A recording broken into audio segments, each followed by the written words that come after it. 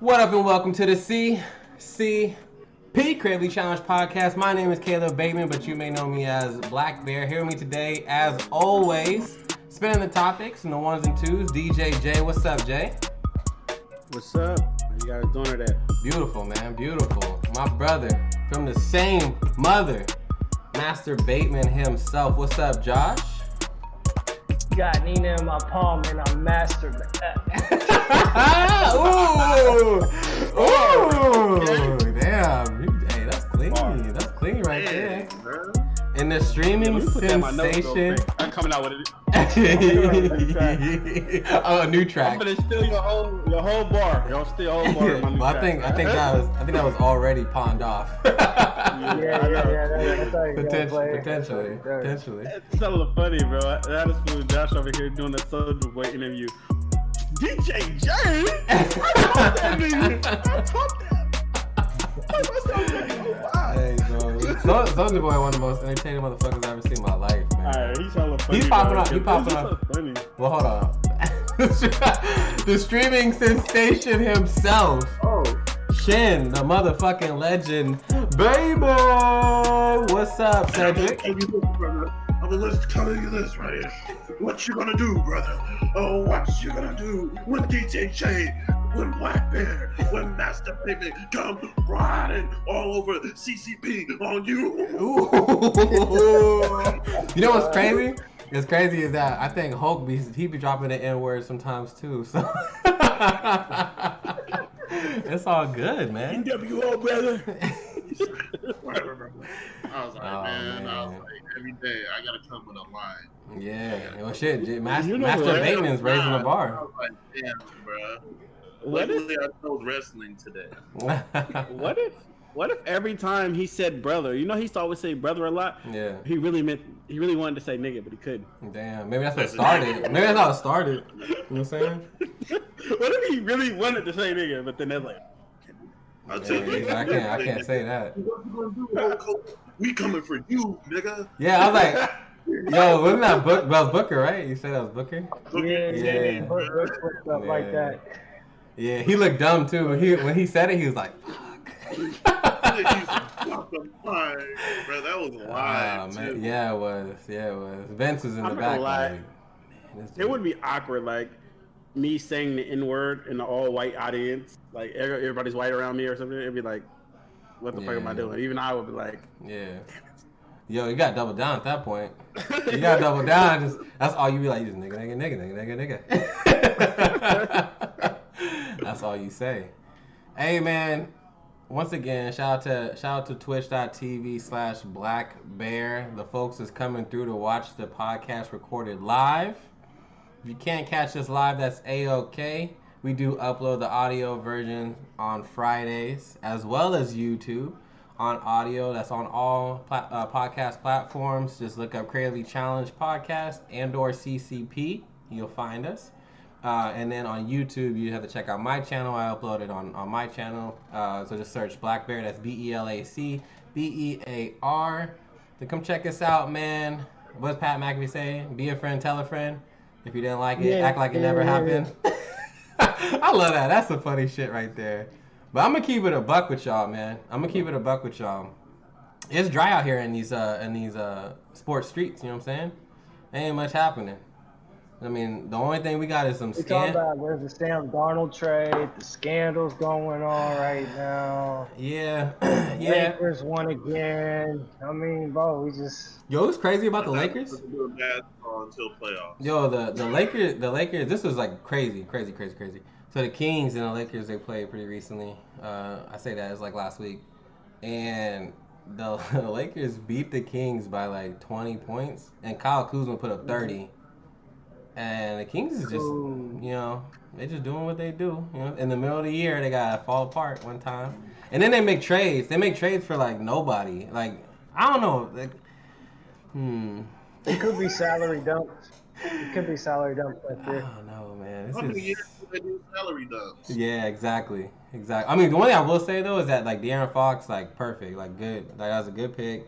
He's here for the city. Like, I don't see him going anywhere. So, like, I'm good with that.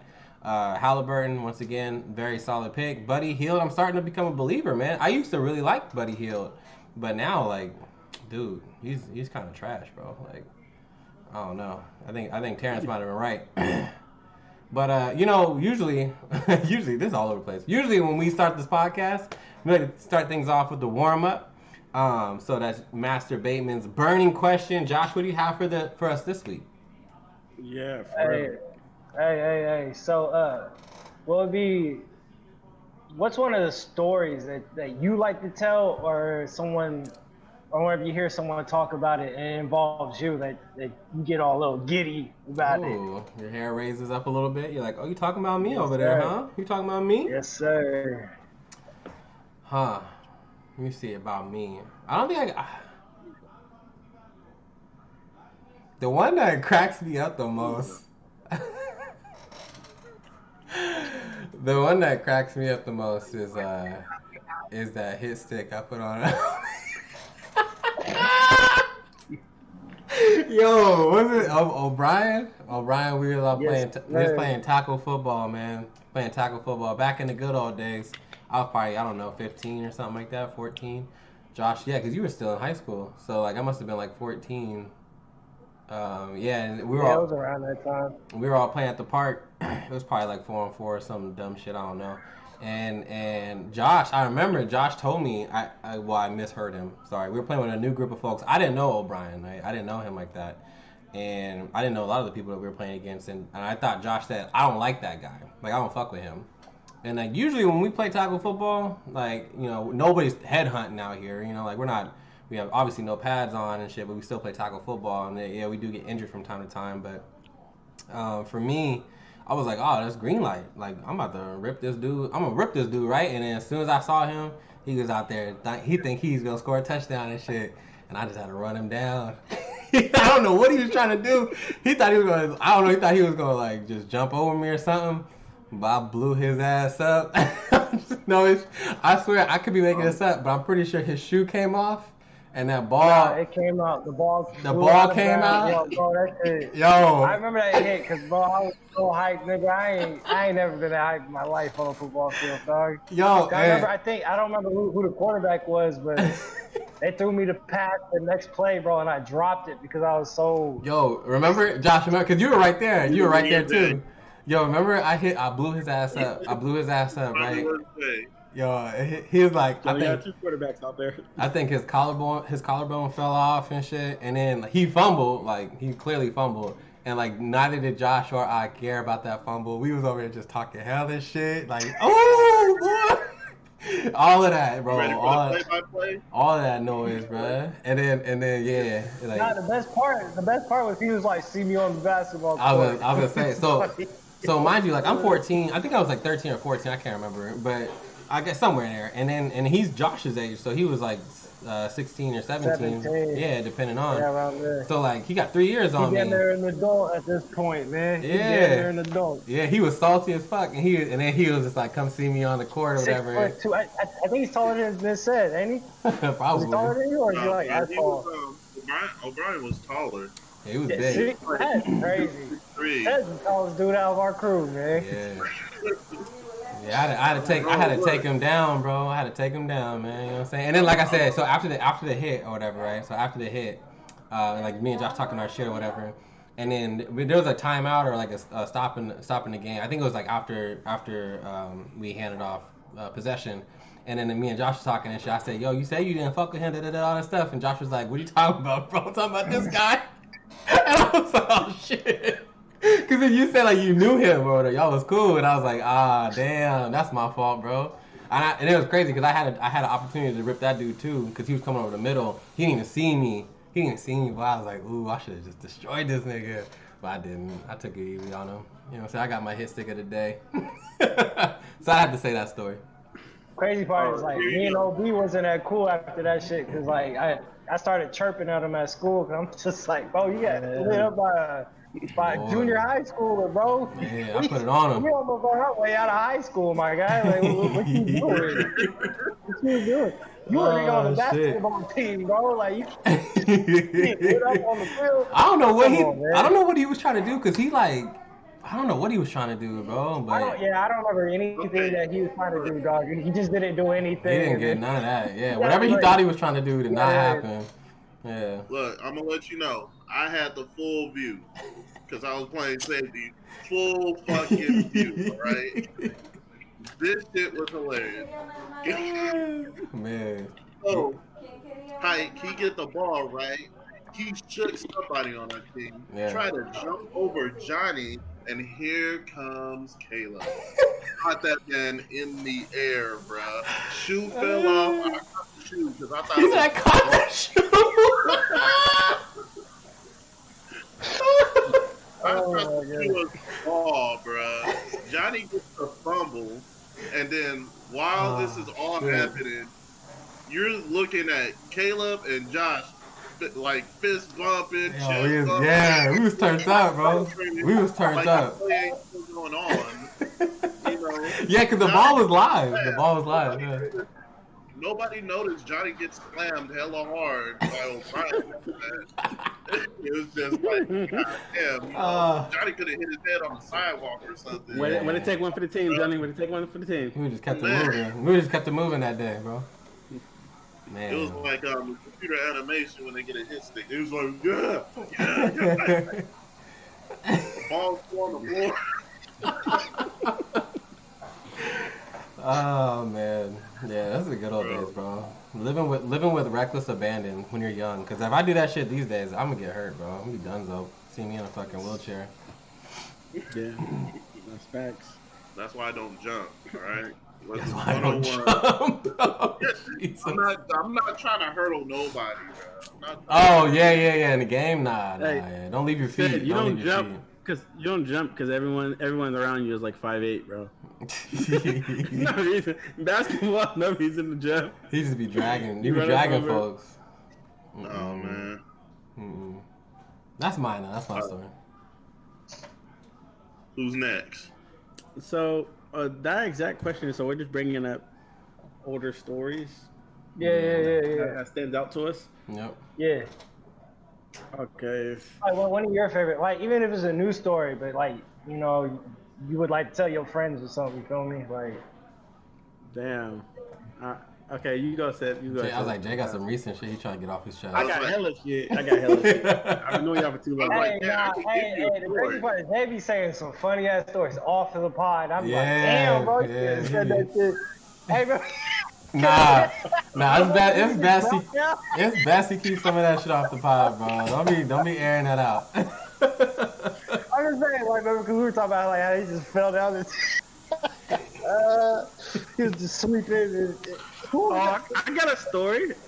I got a story from Vegas. Oh, I got a Vegas. Man, story. what happens in Vegas comes out. You know what I mean? Yeah. Okay. So when I was in Vegas for my birthday, about what was that? 2 years ago? 3 years? Yeah, 3 years ago. Because I go to Vegas. I just go to Vegas every August for like 3 years in a row. So sometimes I forget what days, what year it was. I guess you could say. So I went to Vegas. We're at a club. We had a booth. The night's going good. Everything's going good. I started talking to some girl, I guess you could say. And next thing you know, she comes over to the booth. She's giving me a dance. Yeah, right. Everything's going good. Exact same reaction, bro. I had exact same reaction. But everything's going good. And so next thing you know, so we're in the booth. We're making out, and then she's drinking. She said I'm about to go get a drink because we just ran out of alcohol at my booth. I'm like, so I'm over here thinking I gotta go take her to go buy a drink, and it's Vegas. And I was like, that's the reason you came over here? It's like $25 a drink. And I'm like, nah, you ain't finna play me. I ain't going nowhere. She's like, no, we'll be right back. My friend's got a booth over here. We'll just go get a drink from over there and come back. She goes over there, get a drink, comes back, is drinking her drink, give me a lot of dance. Everything's going good. She drinks half of the drink, like it's like a cup here. She drinks half of it. Everything's going good. She's all drink. She's like, you seem hella sober. Finished your ass. I finished her ass. Didn't know. All of a sudden, I wasn't feeling so good. She got So you. I text my boy who don't drink. I ain't gonna throw my names out there. He don't drink. He's the only one who he never touched alcohol a day in his life. And so I text him. I was like, bro, I don't feel so well. So Nat, I was like, so he came immediately. So I told him, he's like, yeah, he's like, let's go. Meanwhile, our other boy is already fucked up and decided to throw up in the booth anyway. So time to leave anyway. We gotta leave anyway. I was like, it was just so random. Yo, he threw up in the booth. He came to check on me. Like, and he was like, oh, here, check on me. And I'm telling him how I feel. We turn around, our other boy just yaks everywhere in the booth. He's like, oh my god. So you already know the bouncer rules on that. Said you already know how that goes. Oh, You yeah, gotta go. Yeah, so the bouncer tells him he gotta go, kicks him out. So we're like, okay, well, let's leave anyway. My shit fucking up. And so when we leave, so my boy was like, let's go. We did from the soon when we came down the club, which was a huge casino. I think it was in Planet Hollywood. From there, we stayed in the MGM. From there to the MGM, Planet Hollywood is huge. Like when you walk through there. Mm-hmm. I don't remember how I got back to the hotel. Of course, you know, my boys, I was walking the whole time, but I don't remember. It's like everything was a blur. Oh, yeah. I got straight to the hotel. I immediately when I got to the hotel, I lay on the couch. I lay on the couch, and then they just say I just start like hemorrhaging, shaking. And they're like, "Oh shoot!" They got scared, so they came. They're like, "Bro, you good?" Like they're like, "You good? You're okay?" I'm like, I just start shaking, and I was shaking for a good like 7 minutes, like I was having a seizure or some shit. And yeah, I was gonna say, were you having a seizure, bro? What the fuck? No, then instantly I got up. After shaking. Instantly I got up. I run to the bathroom, throw up. They said my eyes had opened till I threw up. So then I researched. The white guys rootied the girl, and she didn't know she got rootied. Oh, wow. I drank her drink, and I started researching the. Wait, who? What you talking about? What guys? What guys you talking about? Remember, she went to the booth of some friends that she met to go get a drink from them. She drank half, like probably 60% of that drink she drank, and then I drank some. Damn. And then I drank the rest. Yeah. So basically, I got rootied. Yeah, I got rootied and didn't know I got rootied, and then until the side effects kicked in, and then I started to research all the thing and everything, loss of events. Mm-hmm. They say sometimes you can get like hemorrhage. That's so crazy. Everything. It was some crazy. So basically, I got rootied in Vegas on my birthday. But good, I have good friends. Yo, shout out to you, bro. I was gonna say, shout out to you, bro. Now you can say that shit and be like, well, never mind. You not say that. Nah, I'm just glad I'm at the home. Because some people that might happen to them, and there might be other places. Chill out, I'm just glad that. Yo, I hope old girl got home safe. You know what I'm saying? I have no idea what happened to her, but I'm glad I wasn't around her. Yeah, that's tough, bro. That's scandalous, man. People out here really doing that shit. Yeah, I was like, that's tough. That's man. rough. That is rough. My man got roofied in Vegas. You started thinking about the next day. Yo, laughing. I'm thinking. If I'm in the hotel room and Jay just started, what you say, hemorrhaging, and just shaking and all that stuff, bro, I'll be like, yo, what the fuck? What the fuck is going on? So my boy don't drink. He looked at my other homie. He's like, hey, bro. He says, this shit normal? Yeah. Yo, but that's what I want to ask. I was like, hell no, that's not normal. No, that's what I want to ask. So when you were walking home or like walking to the hotel or whatever, did your boys tell you that you were acting any different, or you were just like able to walk and like? So I was able to walk. I just don't recall. I don't remember anything from. Got you. I don't even recall us getting in the Uber. That's weird. I've never. If you know about me, like I don't ever get like I'm not like a serious drinker. Like I have to remember everything, everything I said, everything I've said. Yeah. Like, I'm just a control freak in that area. I don't ever get like, even if I get too drunk. Yeah. I do the old trick that I learned from one of my boys. Just go to the bathroom, make yourself throw up, and come back. And I'm back good. Y'all wild, bro. Y'all crazy as hell. That's weird. So I was like, that was a weird day for me. Damn, all I can like, think about is that chick. I just hope that she is good. You know what I'm saying? But wait, she went over to you and just started like y'all was kicking it, and she was making out with you, and then she went to that booth and all that. She was messed up. Yeah, she was messed up. And then when my boy, They out here when my having a boy good threw up time. the booth, my boy threw up good. He threw good thing. He Everything threw, yeah, because happens who knows, for a bro? reason. Good, You would, good. He yeah, threw up in the booth. Good. He threw up in the booth. because you would have been Maybe there. I would have. Maybe I would have been like, nah, it's good. Let's stay. I don't want to ruin the night. Yeah, pass Maybe I would have out. stayed one of those. Yeah. So Yeah. good. So good. That Oh, did big happen. facts, baby. Big facts. Everything happens for a reason. Yeah. Go. All right, Josh is popping in and out. Yeah, man, it keeps lagging hella much. Oh man, yo, cousin, you Man. wanna share your story, cousin? All right, man. Let me hear it, Start bro. saving Jay for last, bro. This is ridiculous. Jay got good. He got some good shit. We can laugh. It happens. Like I can laugh. I don't Yeah, it's cool, man. I got one more. I got one more. I kind of want to share, but like it's I don't know. It's kind of embarrassing. But go ahead, cousin. I was like, man, ain't these supposed to be feel good stories though that make you I got one. hyped up? It's funny when you look back on it. Like looking back, Yeah, I'm like, here now. Like looking back, like I was like, oh, like, but in the moment, that I was the dumbest. I felt like an idiot, bro, in the moment, you know. But it's what it is. It's what it It's is. always like that. But go ahead, Man, cousin. you know, I used to, play some franchise games with Man, Master This is David. what I think it is, bro. I'm gonna be pissed, bro. the VHS. Somebody got it. Yeah, somebody who recorded my plays for years, man. Oh, one of your cousins? Oh, okay, yep. Yeah, I didn't think I need that much tape on me. No. Calm down. We weren't recording at that time. Chill out. Yo, who got tape no. on Shen the Chill Legend? out. You Chill out. wasn't. Yeah, Somebody okay. Yeah. So like we played, and it happened on 2 occasions too. 2 occasions. Damn, Two couple of occasions. times. Well, one in 2K and one in Madden. I was It's sitting okay there. when I was on your side, so don't even. Just use that one, bro. Let's just bring that one, dog, because I was on your side on that one.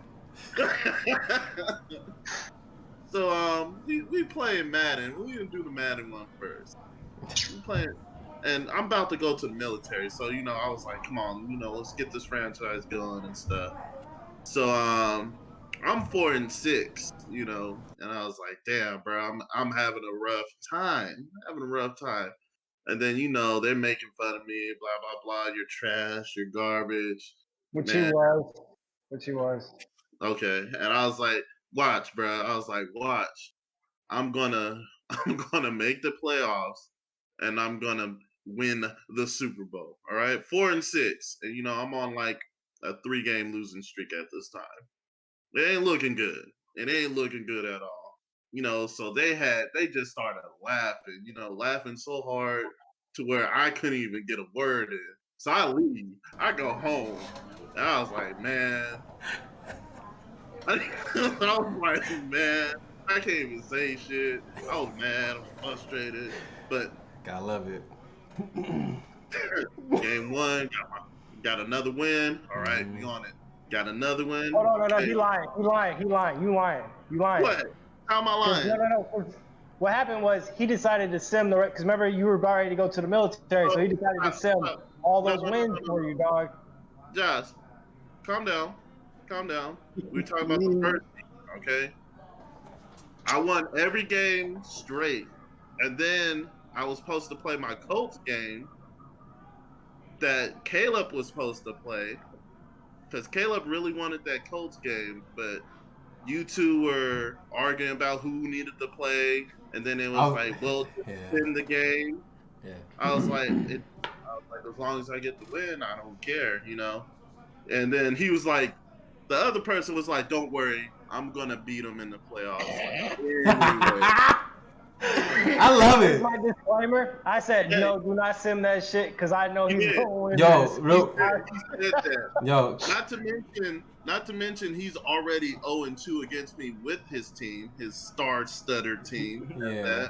I was gonna say. Normally in the franchise, cause this was like we all got together and played the franchise on a regular basis. So like we didn't have online leagues like we do now. So instead, we all just picked our teams, and then we make trades or whatever. But no computer trades. We can make computer trades, but you can only make like so many trades in a year. But all users would play, like we'd play each other's games throughout the year. So like if there's 4 of us or 5 of us or 6 of us, there's 6 in a league, but then we can play each other's computer games or whatever. So that's how that works. Go ahead, cousin. So Did you smack him every one of all those games too? The first game was close. Second game was a smack. The third game. Well, I'm just saying, like all of them, you just whooping his ass left. the third game. At work during all these fucking games, dog. The third game was an ass whooping. I'm talking bowl, cereal, kicking, like good old. Sit your ass down and take this kick. There's nothing better than when you kick the bowl. The cereal bowl, man. And then Cereal's I had out the all over the greatest place, Super Bowl dog. game, one of the greatest Super Bowl games against my cousin Josh. There, it was a great game. Dang, you name dropping. Okay. Yeah, I'm right. just saying, Okay. it was a Okay, great Chicken game. Man. Like, if I didn't have the 61 overall white dude who I didn't even know his name, I didn't even know he was on my team in real John life. Doe. Knocked the ball down in the last seconds, bro. 61 overall. Damn, John Doe. Bruh. Madden. But the Madden's NBA amazing. one, bro. NBA, Josh was on my side because it's NBA championship. I'm down 0-2. This fool has one more game to win, and I guess they went to the movies or something. Josh is like, "You better play him now and finish him now, or else he's gonna come back." And he's like, "Nah, blah blah blah." Hey, he said, "You want to come to the movies?" Like, no, because I'm already salty enough, bro. And then started playing. He came back the next day. Josh was like, "Bro, if he wins this game, it's over. It's over." He's like, "Count your championship days. Done." And Josh is hyping me up because I was like, if I win this game, I win the championship. I had one of our good friends, Johnny, came in the house, saw that he lost, walked out and said, "Game over, bro." Said, "Got the championship." Nothing is funnier than that part right there because Johnny is like the most non-emotion guy. You could be banging him in Madden 21-0, 28-0. He has no expression. He doesn't care for Madden. Now, if you're beating him in 2K by 1 point, he's like, "Fuck." Yeah, he really cared about that shit. Yeah, that is basketball minded, so it's a little funny to hear him say that. Man, it was terrible. And then, of course, your boy, NBA champions. Dang. 0-2. Was that the Huh? Is that the Wesley Johnson days? No, this was Oladipo and Harkey. Oh, All right. Harkey. God, Harkey. that shit would be so annoying. Damn. It doesn't matter what my team is. It's just my team is always a fast break, and I'm a dunk on you team. Period. Yeah. Like 3 points we get of every now and then, but I'm coming and I'm mashing it in your fucking face. He just got slashers for days. Westbrook. Yep. I like that. Good call out, Jay. I remember I was spending hours trying to figure out how to stop that shit, dog, 'cause it would piss me off. This dude would take off from the free throw line every fucking time. It was just like everybody doing gymnastics on his fucking roster, bro. I used to get so mad. They all got Michael stuff on the bench. Bro, right? He got like Bro. 5 Zion went. I think the best thing was when Josh is like, "I'll let him shoot that corner. He ain't got no 3," and I just started making them, bro. Yeah, I'd be hella mad. Yo, I kind of miss that. I can't even lie though. I kind of miss when we all get together and just be at the same spot for like hella long, bro. Remember that time we'd be together for like 6-7 hours, bro, just running games back to back. Yeah, that was a fucking classic. Remember that one franchise we started, bro? We spent like the whole day doing the franchise, bro, and then we never played it again. Never touched it again. Yeah. bullshit. Yo, remember that All play? these trades, the whole offseason, bro. Yo, back in Just the nothing Josh, happened. remember back in the day, man, with our other friend that we used to play Madden with. It was me, and then I was playing against Jay, and then he was on the other side, and he was just talking hella shit to Jay. Hey, Jay just sitting in the middle of all that shit talking, and it was that one. I don't know if it was that if he was there that day or if it was Josh was there that day, and then Jay tried to strip me. Remember, he tried to strip me, but then you face masked you, the 15-yard face mask, and I kicked the field goal to win the game. Oh my God, the field goal. Oh, I was like, why did you try to strip me? Why did you try to strip me? I think that was against. That was when I was the Texans with Mike Vick. Yeah. I had you. You had me beat. You had me beat. And then you went to strip me, but then you got the 15-yard face mask, and then you got me right in field goal range. So quick, And I shot up, bro, and that thing went through the uprights. I shot up out that bad, boy. I was like, man, y'all was talking crazy, bro. We was talking crazy. You were silent the whole game, right, Caleb? Like, Bro, you were just... I was mad. Because then Jay, like I said, Jay had it. He had it in the bag and shit, and it was the final drive. And then even when I made the completion, I was like, fuck, like there's nothing I can do because I didn't have any timeouts or nothing. So it was basically game over. But then he went to strip the ball for whatever reason. He went to try to strip the ball for whatever reason. Got that face pass. Hey, I remember when the face mask, the flag went up, and they said face mask, bro. I got up, I went into the front room, bro. I didn't want to see no part of that shit. Bruh. Yo, I put myself in Jay's shoe, and I was just like, nah, this one hurts, bro. And I just dipped. Man, Madden was a staple for us. You remember our one friend who loves to be the Saints? Yeah. Remember that fool? Yeah. Remember like every time he would verse me, because he had to verse me twice a year. Yeah. And remember every time, I remember a time when he needed the W to go to playoffs, and every time I play him, I get a pick with Derrick Brooks. I always get a pick in that zone. Hey, bro, I got you, Jay. I got you. Oh hell yeah. The fucking little rocky we had. That's me kicking the field goal right there. You had the controller too. You had the controller in your hand, like you was just like.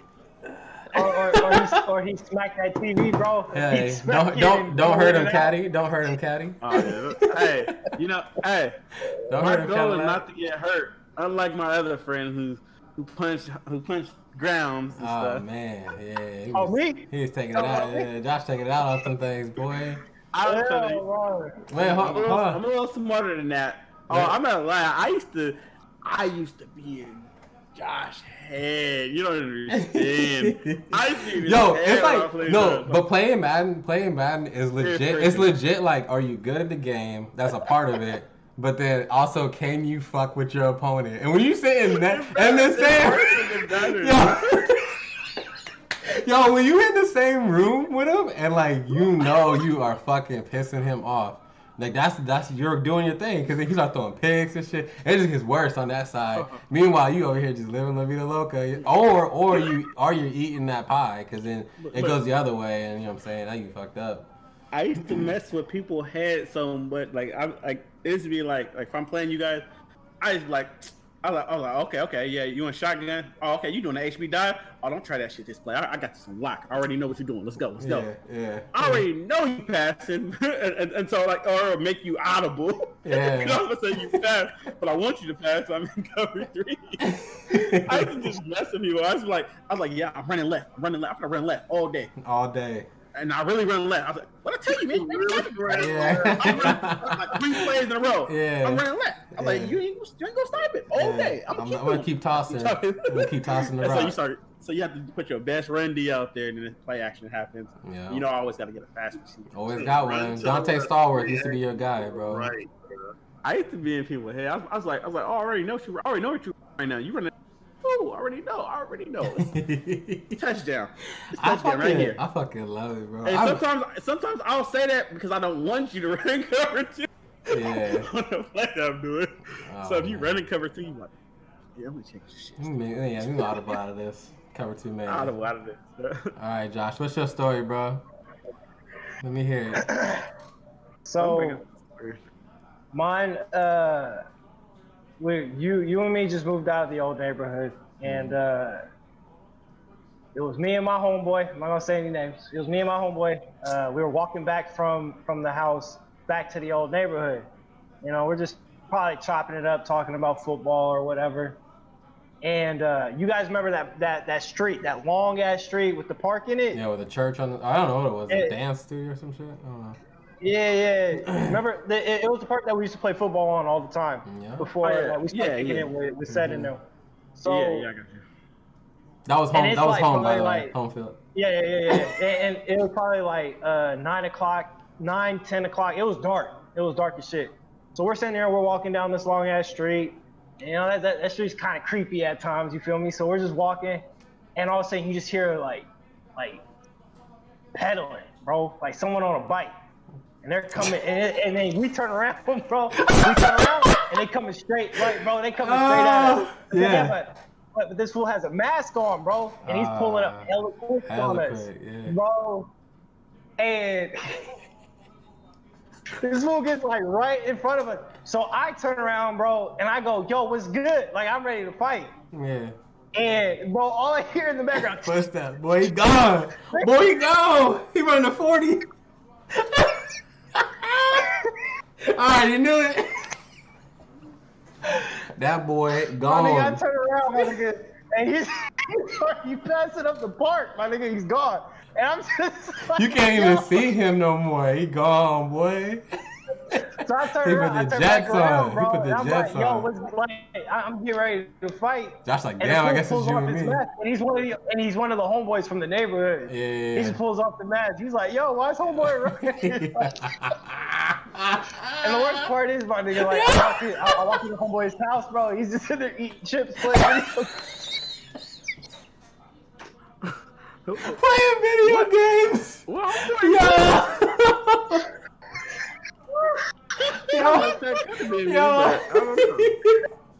Yeah.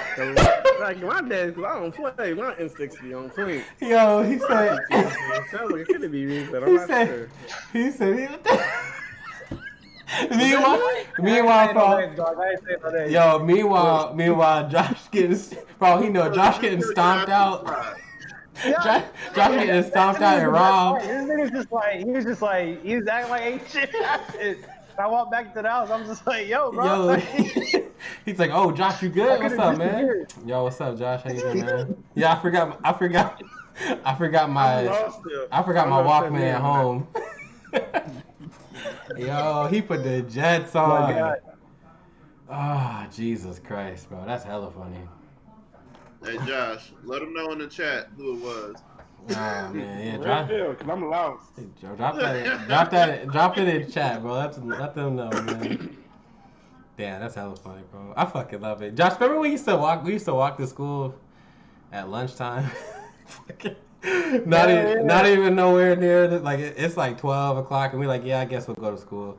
And then we be walking and then we make those little movie scenes and shit. Oh yeah. Actually, I made movie scenes. Yeah, we always talk about like, yeah, that's going in a movie or whatever. Just be some funny ass scenarios we be thinking of.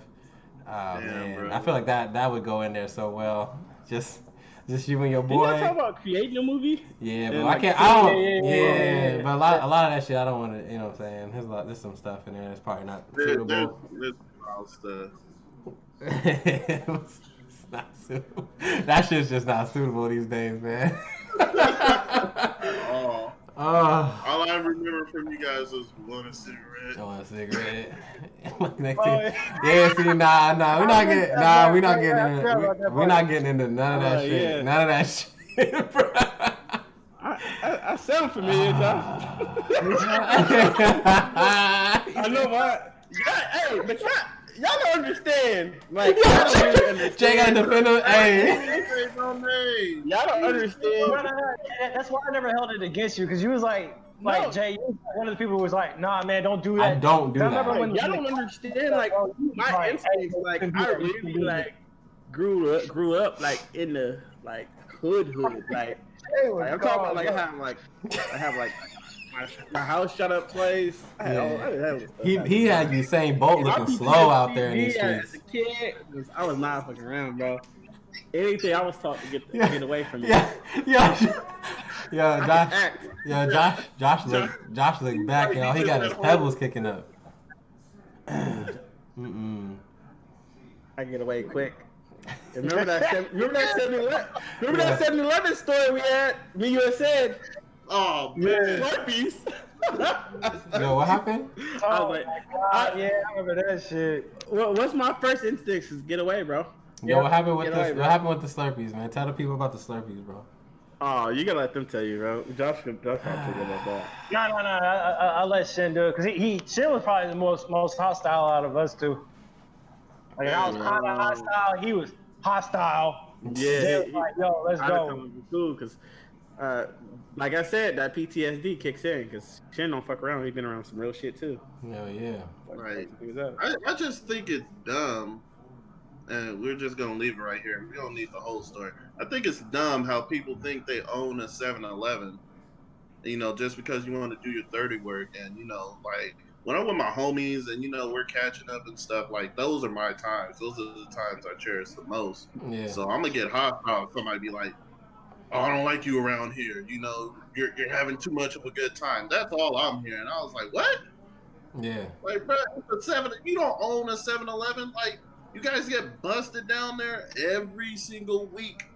Every single week. You would know not to move away from the 7-Eleven, but no, in your head, you're just stupid. That's my block, bro. That's my corner right there. In your head, you just stupid. Yeah, it was that. This stuff was just fake, bro. It was like watching this like an East Coast movie, Brooklyn movie, bro. Like we watching Get Rich or Die Trying stuff. Like, it was some fake stuff that this guy tried to pull in Sacramento. And I was like, Sacramento don't even rock like that. Yo, Like, bro, Josh. broad daylight. Josh. It's broad daylight. It's broad daylight. 3 dudes wearing basketball shorts, drinking Slurpees. Drinking Bro, Slurpees. ain't nothing gangsta Yeah, about that. that's like the least intimidating shit you ever seen in your life, bro. You ain't never seen some G-ass shit go down with some Slurpees in hand. I'm done with the Slurpee. It's going down, bro. I'm gonna bust you up. Yo, Josh.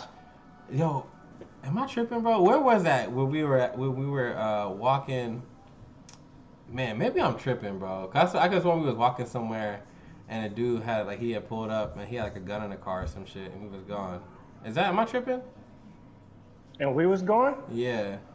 Well, yeah. No, you know what? Yeah, No. I know what you're talking about. It was actually right by that street that I was just talking about. Yeah, that's how I was thinking. Because we were walking. I think we were walking the other way for whatever reason. And then homeboy pulled up, and then, bro, nigga.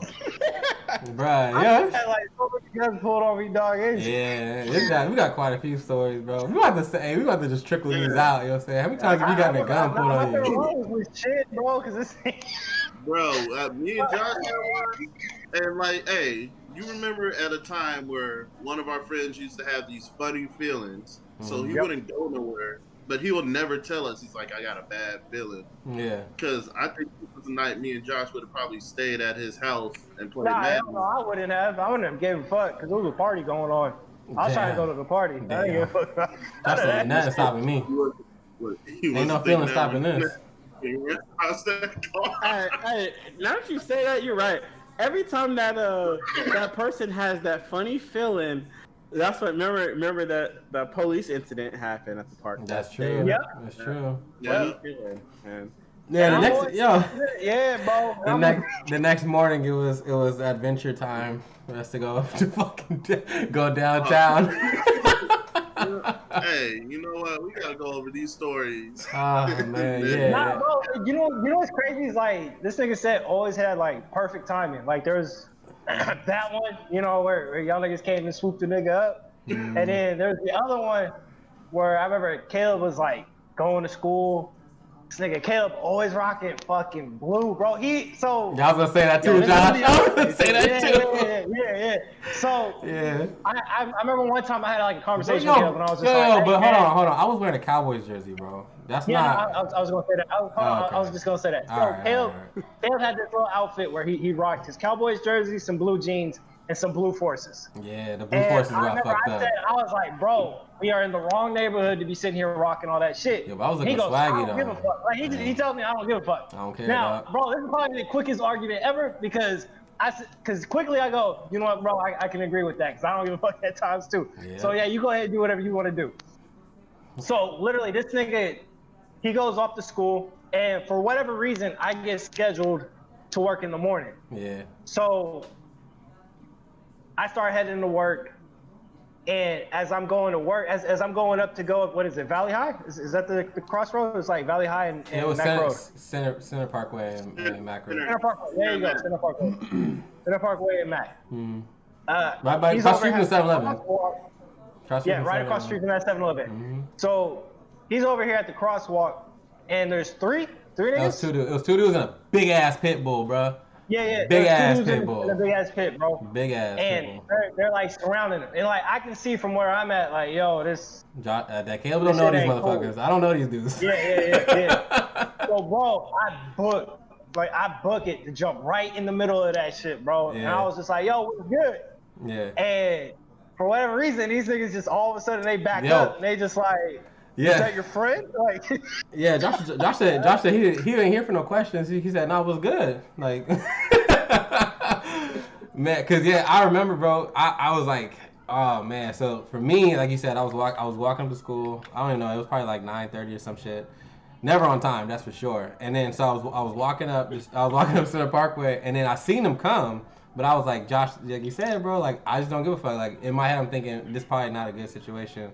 But, like, whatever. I'm still going to just keep it moving. And then they stopped me and shit and was like, yo, where you from? Yada, yada, yada, all that stuff. And if you ever ask that question, yo, where you from? You listen, there's no good answer to that. Okay?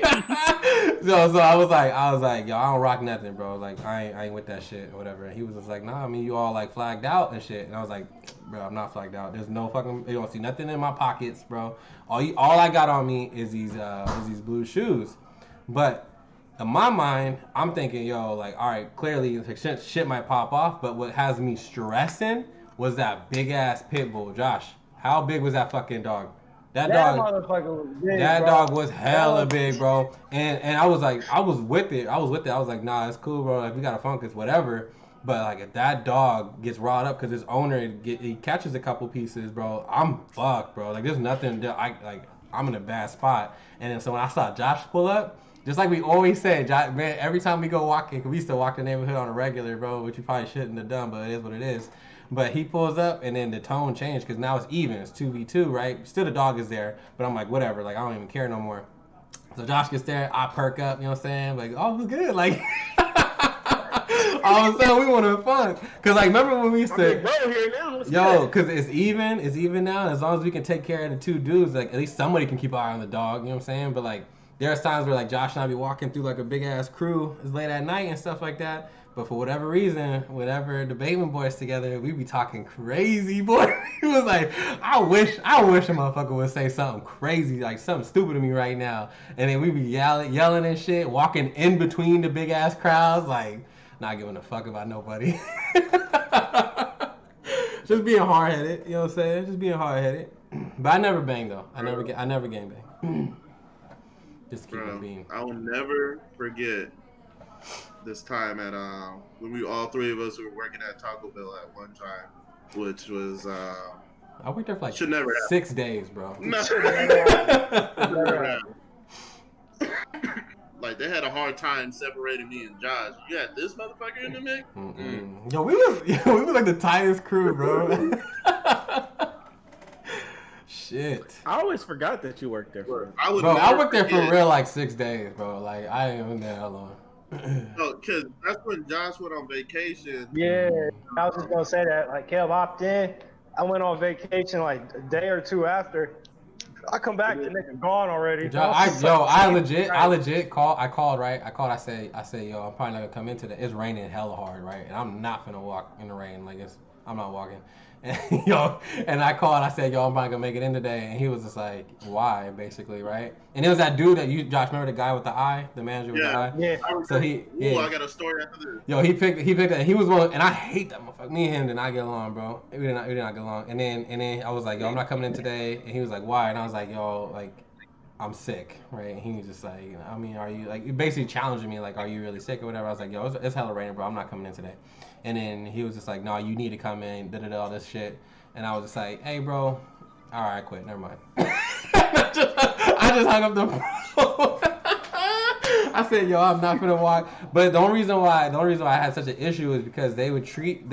I just started working there, and they would treat it like Josh comes home and like all we do is talk about Taco Bell, and he expect me to know everything. I'm like, bro, I just started working here and shit. He'd be riding my ass. I was like, all right, bro, like this ain't for me, bro.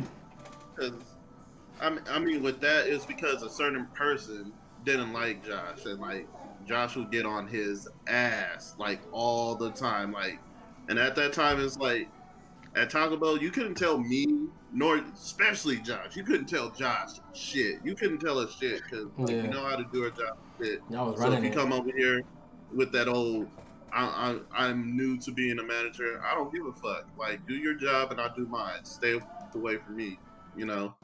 And with that was like he was like, I wasn't there, Josh wasn't there, so he thought he could pick on you, but you ain't no. Yeah. Well, I wasn't about to be acting a fool though. I was like my first job and shit like that, so I wasn't be like acting crazy to him or whatever. But I'm not gonna stay in that environment. You know what I'm saying? Like, yeah. So when I got to work and I heard about it, bro, he was hemmed up in the office. I was like, I'm the nice one. Wait till Josh get back. Your ass is gonna be in trouble. Like I was just telling him everything that was about to happen. Josh, you wanna tell your story when you came back? Which one are we talking about? Which four of them I was like really. The Omar. There we go. I'll drop a name. I'm not even gonna talk about that one because bro, that one would be so. That was bullying, bro. I remember I had that nigga locked up in the office, man. And by the time he left the office, bro, he was crying because how intimidated he was. Actually, bro, I was. Josh, it wasn't a good scene. Josh, it was not a good scene. So you actually bring up a good point. You bring up a good point, right? And like this is a sports podcast, but there's not a lot of sports happening.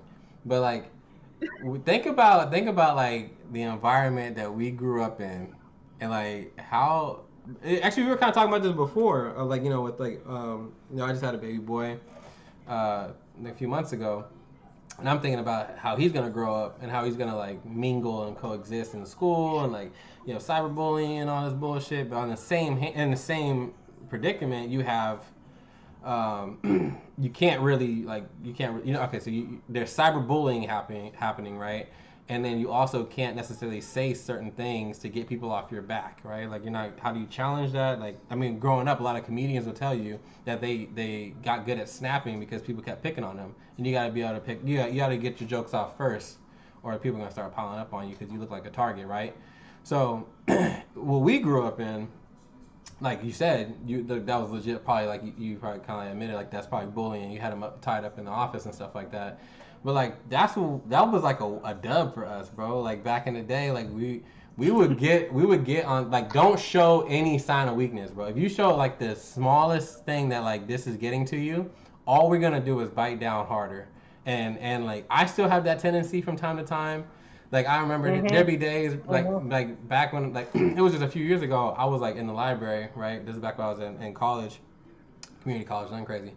And yeah, you didn't finish. So, but I was in the library, and I was just like, man, I got like this homework I got to finish or whatever. I'm like, I'm bored. I'm just gonna like jump in the chat and pick on somebody, right? And so whoever is not feeling that good that day is probably gonna get this shit. And there's always the one we already know, right? Like he was feeling some type of way or whatever. And I just would spend the next 35 minutes fucking with this dude. Right? and like I don't care, like because we grew up around this shit. So like I'm not personally like feeling vulnerable or like what I'm saying, like affected or whatever. I don't care. Like I'm just talking shit. But dude is like got his he's not in a good space right now, and I'm just fucking like I don't care, dog. Like that just makes me go at it even more. But yeah, I don't know, man. Like that's just how we grew up, bro. Like we just. Fuck, man, that was like entertainment for us. You know what I'm saying? That's like a workout. On my ass. I'm always talking shit. Terrence always coming out. He's like, Jay, it's too early for this shit. He didn't grow up with us. He didn't grow up with us. Like, I'm used to if y'all say that, but Terrence didn't grow up with us. So, like, yeah. To Terrence, he like, man, I think it's too early. Bro. He used to piss me off. Man, I remember back then when I used to answer my phone all the fucking time. Bro, I would wake up. It's 7:30, bro. This nigga be like, wake up, bitch. I just be like, yo, like it is too early for this shit. That's how And we this would starting? be every fucking day, bro. He would say, he just had some slick shit to say first thing in the morning. I'd just be like, my nigga, I'm not trying to listen to this shit. Like, I'm not reading this shit first thing in the morning, bro. Yo, we kick our... Like, he's one of the main reasons why I don't even look at my goddamn phone anymore. Yo, we used to kick our days off with bad vibes, bro. Like, that's how we just would exist and just fester in that negative energy and just be like, yo, who can get this work today? Yeah. Especially, no, but the crazy part is like, bro, you and me, like, we grew up like in a little area, right? Like tight knit. It was nice neighborhood, right? Like we grew up in a super nice, like, and we came to Sacramento, bro. We were like just nice people. Oh yeah. Yeah. So no. I wouldn't say it was super nice. Like it was just like the vibe. I think it was younger. It was younger. It was younger, and it was like a different vibe for sure. But then I think our pops really drilled in, like, you know, you gotta act a certain way, respect, yada yada yada. And then we moved to like Sacramento and shit, and then these assholes. I think one of the first people we ran into is Jay, bro. Like, he's like an asshole, bro. These two niggas, like, yo, these two right here are the reason why I'm as hostile as I was like in my early 20s. You and this nigga said. Yo, I remember. Come on, bro. Jay. Stop blaming the dark skin. Yo, Josh. This is a light skin hate dark skin war. Calm down, Josh. Josh, remember when this fool. Remember when this fool was Jay? I'm red, nigga. Jay was over here Jay was really trying to fight, bro. Yo, I swear. Yo, we really did change when we got to Sacramento. Bro, when I realized, people don't understand, like, my childhood is psycho. Like, I grew up in psych. Like, the stuff you guys still don't even know about my family. Like, that I still haven't even told people. Because that's crazy, bro. Yeah. Like, I grew up. You didn't have to treat me like shit, bro. You didn't have to treat me like shit, bro. You didn't have to treat me like shit. Like, I literally, like, lived, like, I had to have, like, 4 different personalities, bro. Yeah. I just had to have, so, like, grew up playing baseball, like he said. I used to be best friends with my coach's sons, all white family. I used to go spend the night all the time. Hang out with white people all the time. Family used to bash me. Talk, Jake, why do you want to be a white boy? Hood family. Roast me. And then I used to go to my family, Oak Park, which is the hood. Yeah. Oak Park. And they used to go in on me because I'm the only one of my cousins that both of my parents is in my life and it was in my life the whole life. Yeah. Everyone else either got a deadbeat dad, deadbeat mom, drug out mom, whatever, alcoholic parents, whatever. So I'm the only one. So they always hated me for that. Yeah. Then I was the youngest of 3, so I was spoiled. Like my dad was a hard-working man that came home, provided. Yeah. I was the only kid at the time left out of 3, so I was by myself. I used to always, like I told Josh, I used to always want a little brother like 2-3 years older. So he pretty much, so they used to always just like buy splurge me on, yeah, splurge on Jay. What else is what is there for me to do? That's why I always had every gaming system, etc. You know, but I'm a gaming as a loner, but then I'm a natural extrovert. Yeah, and I meet friends, and then I have all these minority friends, and then I go play baseball where it's all white people. Yeah. And then I go to the hood, and then I gotta go to Valley and Jackman. It's like I used to like live like. Yeah. Then based off who I was too. Then I have my brothers, like hood brothers. I told you, name it. House shut up twice. SWAT team invaded my whole house. Like at like 16. Like you name it. Like I remember. Yeah, I remember your brother's name carried weight, bro. You know what I'm saying? Yeah, like it carried weight to where and it carried weight to where everyone like it's funny. Like my dad worked so hard that people used to think that was my dad. You know that? He was never around, right? People didn't even know I had a dad. That's how. No, I always thought that was my dad. Like I remember that because I remember we went to his work. They used to buy me shoes and stuff. They used to buy me shoes and stuff. Yeah. And like I'm like, they don't know I was spoiled at home, but it's like I used to have like so many different like I literally just lived like so many different lives. So like when I used to hang out, now of course I had you guys too. Yeah. you guys were like normal. You guys wasn't hood. You know, fun to hang around with. He said normal. Different from when I hang out with my family. Y'all not normal. Y'all are weirdos. Yeah. Nah. Squares. That's so true. Like, my brain used to be everywhere. As a kid, I used to be everywhere. You remember when I used to get mad, Josh? He's like, this dude is everywhere. Top, bro. All over the place. Because I usually, when I used to be in those environments, I used to have to really be about that action. There's no, I used to really, really have to be like my cousin that I grew up with, like this was, you know, you met him, Spook, the buff one. Yeah. Like he really, he's doing 20 years in prison right now. Oh, I stopped hanging out with him at 13 and started hanging with you guys. Yeah. I saved your life, Jay. I would probably be with him. I'm just playing. I was like, when I used to be with him? Yeah. I'm playing. Bait me in response, but I'm playing, bro. Just being modest. Hey, ain't no biggie, bro. I just saved your motherfucking life, man. I used to be with him. I used to be with him, bro. Like in Oak Park, I used to like think everything is like how we were, like hang out, we be friendly, everything is cool. He's like, nah, bro, like, nah, we'll do that talking, like, we used to just fight random people. I don't even know why I'm fighting. Yeah, that's hella real, bro. It was crazy, though. It was some crazy stuff, bro. Like, I swear, there's like I got full exposure to that shit when I started going to like a bunch of the football games and stuff, and then like I be kicking with all my friends or whatever.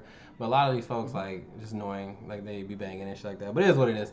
And the next thing you know, like I'm about to squab with these fools. I don't even know who the fuck they are.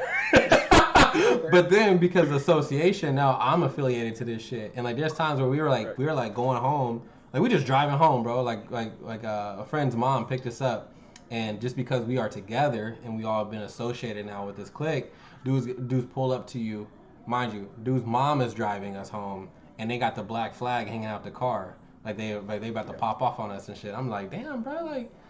Fuck, man, it's a crazy world, man. It's a crazy world, bro. You know what I'm saying? You got some random shit happening. You run into people. When people around us that went to our high schools, what's their favorite word when you run into? Like, oh, what you been up to, bro? Oh, nothing. Just trying to stay out the way. You're in a bad neighborhood. When people say trying to stay out the way. Yeah.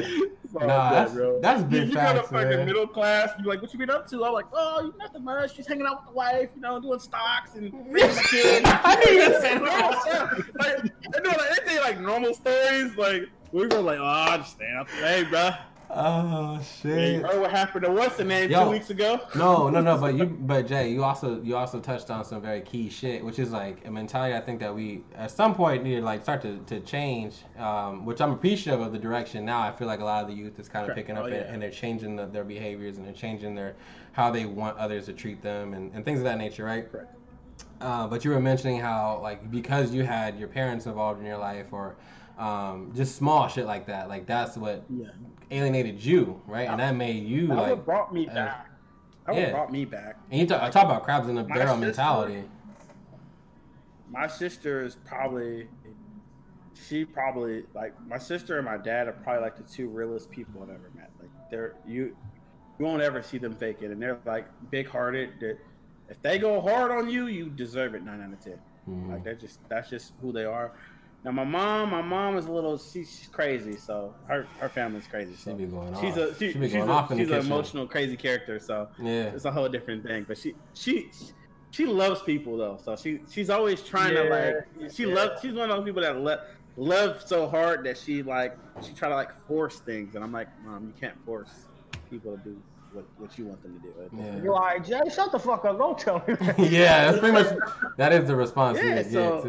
So like my dad, it goes back to that. Like my dad and sister, like that was always my core right there. Like because my personality has always been between them two.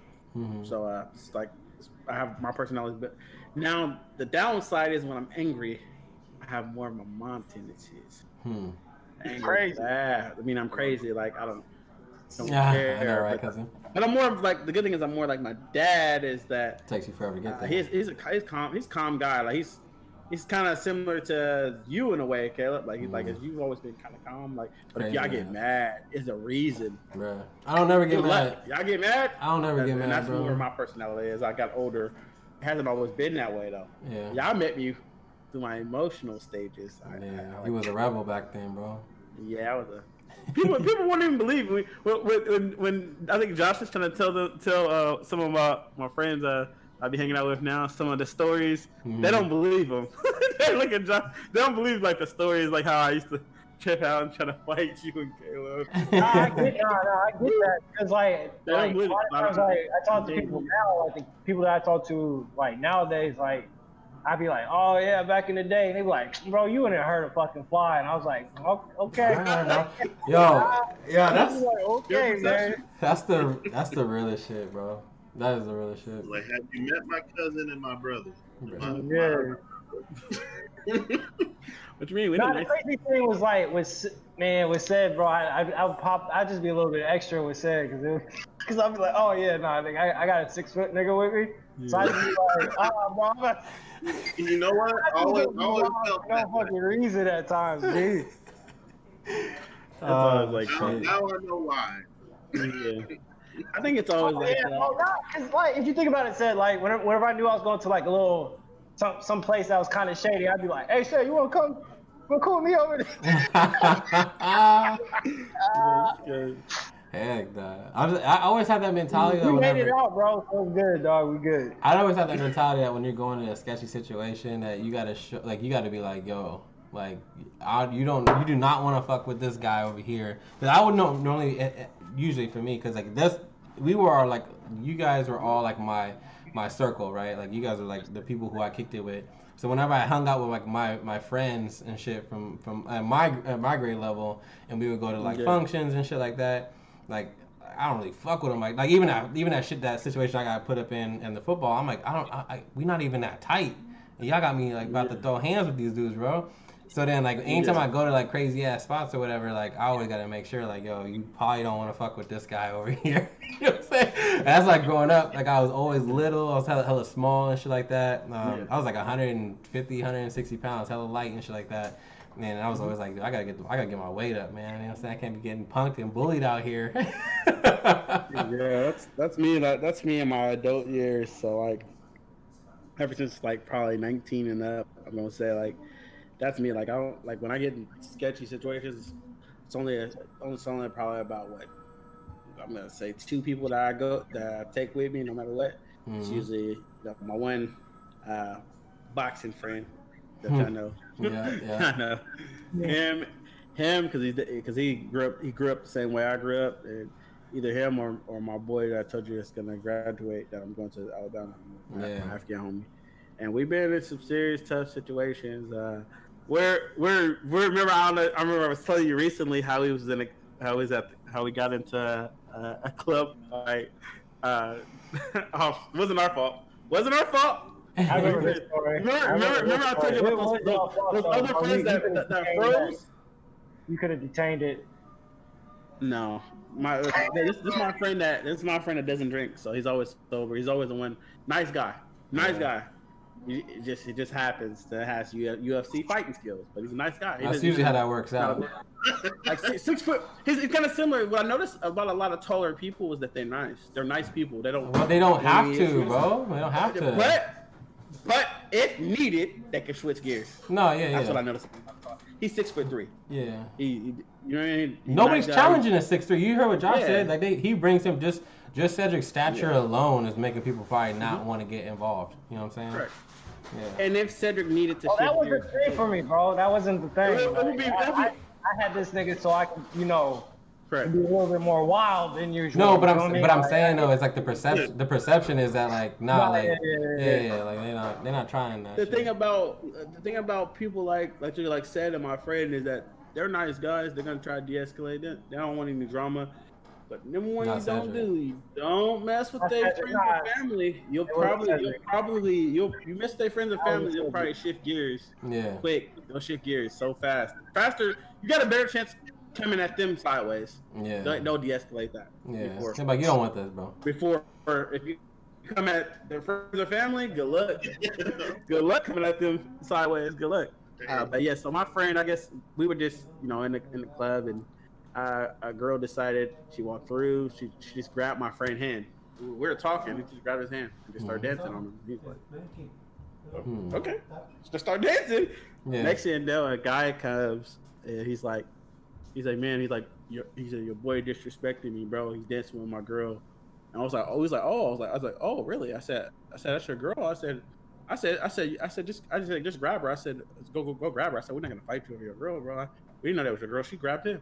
Yeah. And he was like, he walks off. He go talk to one of his big homies who's about 6'2", 6'3", big boy, like 280, big boy. Yeah. He goes talk to him, and then so I tap my other homie. I'm like, the one that you met, the buff one that you met, Josh. I tap him. I said, yeah, they're about to start something. It's about to go down. I can read it now. The body language, I can just tell. The way the guy was drunk, I can tell that they're gonna start something. I'm like, I usually don't. If you know about me, I only get buzzed. I don't get too drunk when I go out. Yeah. So I already know. I was like, here we go. Here we go. Yep. The big 6'3" buff dude. He comes. He grabs the girl, takes her, and then my friend comes over. I told him what happened. Mm-hmm. And he's like, oh, for real? Like, that's the girl. He's like, dang, why didn't he come grab her? He's like, why he come? Yeah, no, he's like, why didn't he come grab his girl? He's like, I'm like, we don't fight over other people's girls. Yeah. Like, what the heck? We don't like we literally have an anti taking our own girl to the club. We don't do that. Yeah. Because it causes issues and drama. That's another topic that we need to get on. I think this is gonna be an example. That should be a Bateman running question on that. I'll go into details about that. But look, so next thing you know, you can have it next week, Jay. You can have it next week. It's cool. You can ask your question next week. Next thing you know, the guy comes back, the big one, not even the guy who's girl. He comes back. He comes all the way back. He's like, we got a problem, bro. What's good, bro? Like, and my boy is like, nah. I was like, we don't have a problem. I said, you know that she grabbed my hand, started dancing with me. He's like, I didn't know that was his girl. It's like, it's good. You know, no issue over here, bro. Like, it's good. Yeah. And the guy was finally starting to understand. He's like, oh, she did that. He said, oh, she did that. Like, oh, okay. He's used to. I mean, they have that type of relationship where they probably try to make each other jealous. Yeah. Like he knows he's the friend of them. He knows. But the guy probably blabbered off and told him some random stuff that we were trying to punk him for his girl or something. So So he's like, oh, okay. He's like, oh, that makes sense. Out of nowhere, the other guy whose girl is, he just comes out of nowhere and just swings a Corona bottle. Swings a Corona bottle at one of my other friends. Yeah. It was so random. The buff one. Yeah. He swings a Corona. Barely almost hit him. So instantly, my friend who's 6'3", instantly just dropped him. Boom, dropped him. Started beating him up. So soon when he like literally like as soon as he hit the dude, bam, I just hit the big dude in the face. Cause I already knew he was gonna hop in, and that's a big dude. Hold on, wait. I had to. And I already had it in my head. I was like, hold on, wait. So you're telling me that he came and was like, oh, that's what happened? Jay's like, yeah, that's what happened, man. Like, not even his girl and shit like that. Dude was like, he's like, all right, we good. Like, yeah. And then the dude swung the bottle. He gets dropped and Jay said, yeah, bro. You don't understand. So that happened. And then next thing you know, so when I hit the dude, you drop him? You drop him? The dude comes to hit me back. That's a no. He swings hell slow. Angela already told me how to defensive fight. Yeah. So I just got in the pocket. Hit him again. Boom. Yeah. He couldn't get hold of me. So then he tried to run and try to the grapple. Grab me. But I was stronger than he thought I was. So I threw him over. And then the bouncers came and grabbed us both. And I went like this. Bouncer let me go. Grabbed him. Threw him out. Let me go back to my friends. Yo. And then they walked us out the back door and let us come back the next day because the owner knows us. Wow. He knows that we don't start trouble. That's my favorite place to go. This for Jay, just two pieces, man. He got thrown out. One of the bouncers was my cousin too. One of my cousins was the bouncer. He's like 6'5". Yeah, Josh, this for. Yo, he was like, oh, that's what happened. He's like, yeah, that's what happened. He's like, all right, man. He's like, I get it, bro. Like, hey, man, you sound like a cool ass dude. I didn't know how that stuff was gonna go, bro. And my theory is, like I learned over the years from 19 and up, is anywhere you go, You got to strike anywhere. first. If you go with someone anywhere, like it don't matter how long you know. If I say, hey T, let's go to Starbucks, Mm-hmm. and some guys come try to bother him or fight him or whatever. Anywhere you go with, you got to make sure you come home with. Yeah. That's the theory. What that energy was back in the day. Yo, Josh, I was about to say. I was a teenager then, Josh. I was like 15. I was just about to say, yo, Josh. Yo, I didn't move out till I was 19. Jay said, I didn't drink my first alcohol till 19. And, underage. I'm gonna say 21. Jay said, it's 21. Jay said he'll make it home. He'll make it home. You know me, Josh. I never went anywhere. All the places you invited me. Jay look over his So shoulder. many parties. What I used to tell you about parties? I used to say no. I don't do parties. They get shot up. I'm not going to parties. I experienced so much from 19 through 31 of my life. Like I experienced so much stuff. Like I moved out at 19, and from here on, I've just been like a grown man. Like, that's not the first fight I got into. I got in a fight basketball court. I think beat the dude up. He pulled a 45 on me in the parking lot. Yeah. That dude, I still run into it times, and I fought him again, beat him up again.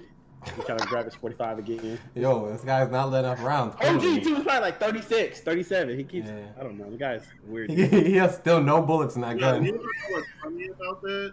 Like I read a post online, and it's like, you know what? Like, let's just say, like, in order to buy a pistol, you gotta win at least 5 fights.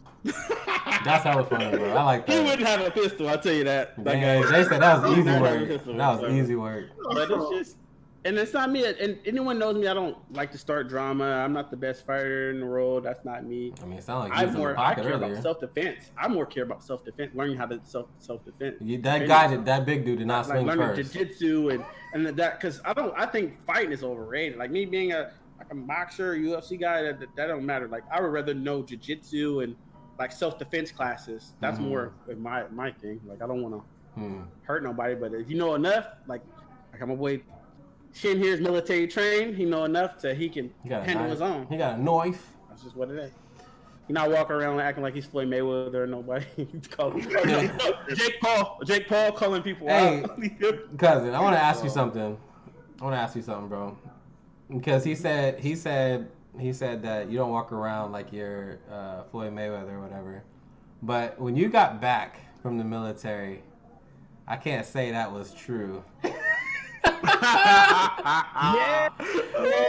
So I want I give to. this man so many props too, man. I'll be like, yo, this nigga yoked out, Yo, bro. so I want to It's ask, bro. What is it when you're in the military? You kind of like give us a little bit of your background, like you was a Marine and yada. But then like, what got you into that mindset? Because you used to come back, and I was like, yo, why this man? He trying to check everybody, bro. Protect and serve, but you coming back to throw the hands on the country. Tell me about that, bro. Man, it's definitely a huge different type of mindset, and like the way they train you, it's basically a little form of brainwashing. You know, like it's a lot of that. So like, because when I came back from boot camp, I had a different type of swagger. I'm not gonna lie, like You were I felt good. Man, I felt good. I was good. And I felt like I couldn't be touched at that point. And I was like, yeah. You guys are talking about 6'5", 6'7" dudes. Like I was in there wrestling with these dudes, and I was just. It's different because of the hood we grew up in too. So when I left, I took like a bit of piece of all you guys with me. So when I was in the ring fighting like 6'7" dudes and stuff like that, and I was winning. Boy, I'm back home, Yeah, they don't want this. Real, that's the real answer. Like the little pugil sticks, like American Gladiator shit, bro. Yeah. Bro, I kid you not, I fucked this kid up. Like they had 2 on me, bro. It's like 2 midgets. I was like, I looked up at the drill instructor, bro, and I was like, what? For real? I'm like, for real? That's what we Boy, doing? it was just like, boom. boom, just just doing this, bro. Like it was just, like I was dancing and shit. Okay, still. Nothing like. I think this was like the worst time though. We was doing boxing, right? Mm-hmm. And I was like, I wanted to box this dude so bad because he was talking shit the whole fucking deployment. But I couldn't put my hands on him because we were in the same platoon. Oh yeah. So, like this is the time. He was like, "Oh, we in this." He's like, "Everybody match up," and I pointed and I was like, "I got your ass, bro." I was like, "I got you." Yeah. The drill instructor was like, "No, that's not fair. We're gonna put you with the 6'5" dude who looks like Mr. Bean, but he was my friend, and I knew he was like Mr. Bean. No, he really looked like Mr. Bean, like twins, I swear. Yeah. And I knew he was soft, and I was like, bro, like, no, don't, like, he my friend, like, Mm-hmm. And then, like, we're in the ring, and I'm boxing him, I'm hitting him, and bro, like, I'm not even going for his face. I'm hitting him in ribs, and like I'm thinking I'm holding back, but he's like, and he's like this, and like it's hella funny in my head. I was like, man.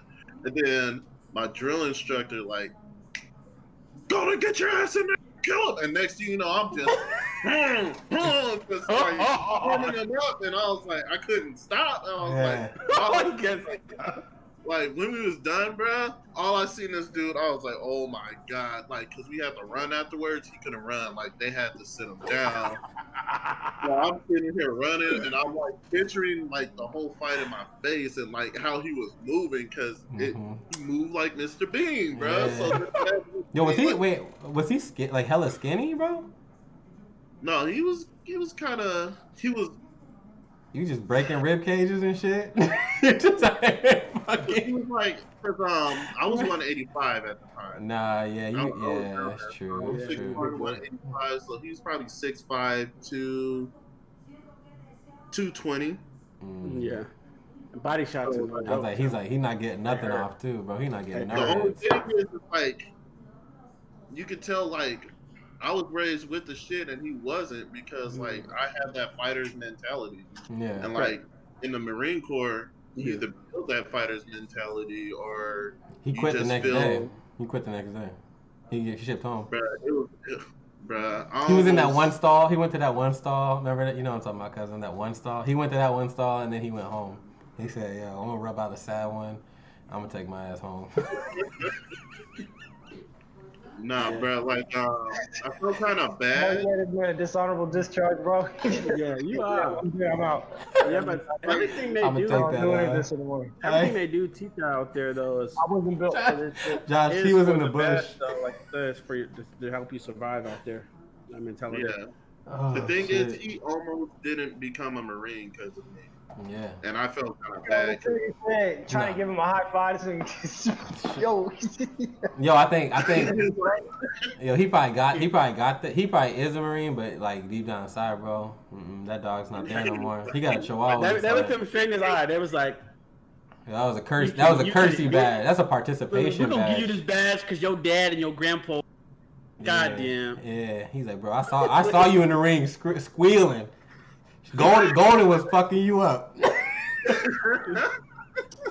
But I gotta give you this, bro, man. You hung in there. I felt bad because it's like, first off, I'm mad because I didn't get to fight the person I wanted to fight. Yeah, and you can't. You said like he's in the same platoon as you, so you can't do it outside of the situation. That boxing. Wait! You took it all out on this other dude? You pissed Josh off there. Nah, he thought it was the it was his drill sergeant. I'm mad because I couldn't fight him. And then, you know, homeboy was watching, so your ass was just going crazy. Yeah, John, he's throwing hands. He looked back at his dude like, "This should be you." This should be you right now. But like, bro, you something else, man. That's no, but look, I can't even look at you the same anymore, cousin. That's bad. You ain't my cousin no more. That's crazy. If you fuck up, everybody gets punished. Yeah, I got you. So and then get this down. While everybody's getting punished, you're just sitting there watching them get punished. So it's like when the drill instructor said something, I was like, "Kill that cousin! Kill that motherfucker!" I'm sorry. That is Caleb. I'm just visiting Caleb. So the dude that you damn near killed, right? Yeah. Was he in a different platoon? Like he's in a whole different area? They were all in the same platoon. That's why I was like, this was my only chance. But I'm saying like so he's in your platoon, right? I was gonna say, yeah, if he had to go to a different one. You really murdered is in your platoon. Yeah, I was gonna say that would suck if he had to go to a different. Look at you every day, right? The next, yo, Josh, the next day. Hold on, cousin. Yo, the next day, this fool was in the showers, body all bruised and shit. Listen to the line the drill instructor said. He's like, Golden, like, this is word for word what he said. He's like, Golden, if you don't fight to full potential right here, I'm gonna fuck up the whole platoon, which is 110 people. He's like, I'm gonna fuck them up, and then you're gonna sit there. So he wants you to fuck up one of them. You gonna trade him the platoon or just one guy? And I'm gonna fuck him up until you're done eating breakfast. Oh my god! I ate that breakfast so slow, bro. How do we? You crazy? You crazy? You would not be doing that. Dude, lose their fucking mind. And it was kind of racist too, because I was the only full black guy in the platoon. That's why he almost didn't make it, because you dogged him. You know. Yeah, you dogged him, bro. He didn't want to say it, but he looked at him and he's like, you got dogged. Yo. Oh, if I could say the word right now. Okay, it's 20. Time to change. I'm gonna let you make it. Yeah. Damn, that's tough. Man, I hope the guy that drill instructor was on some petty ass shit. Be like, Golden, you here? Golden's bitch, are you here? Damn. See, that's why the Batemans don't need to be no drill instructor. Y'all some assholes. Military kids. You really watch this man get murdered, bro, and you just like. He looked back. Keep going. Yo, said it. Like. This is y'all. This is the Batemans that's drilling. You know that story you told when I took off, Josh? If we fucking running laps, that guy was running laps and shit. He be like, Kelsey, run like that scary ass did that one day.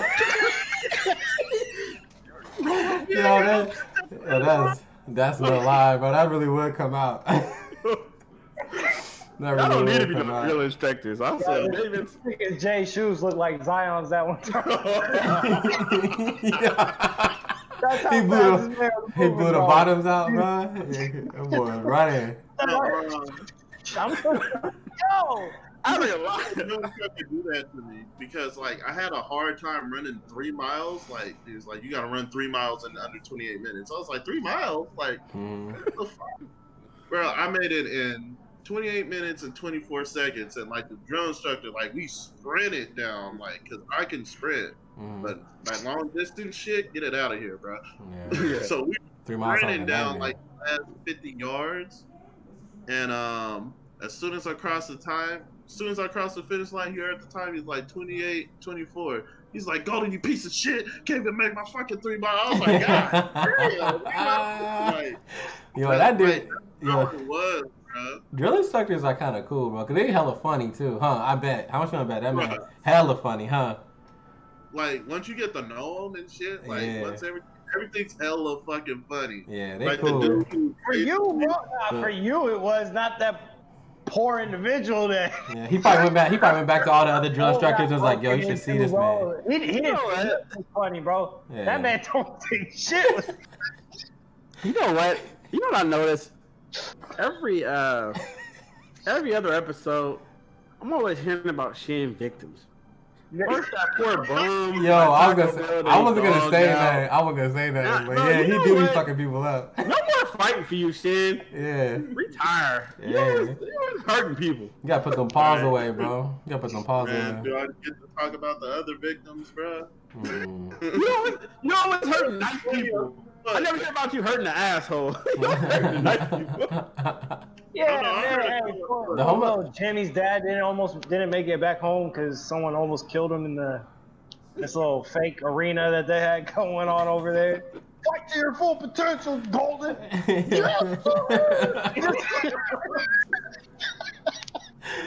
Oh man. No, I got NJP for hurting the asshole. You got what?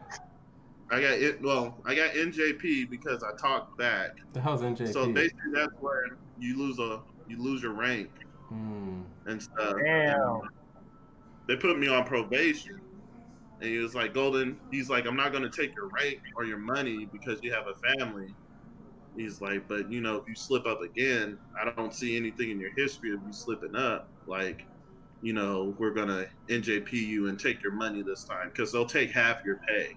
Damn. So, like, Damn. and I was getting paid good, bro. Like, Yeah. you know, $4,000 a month. Yeah.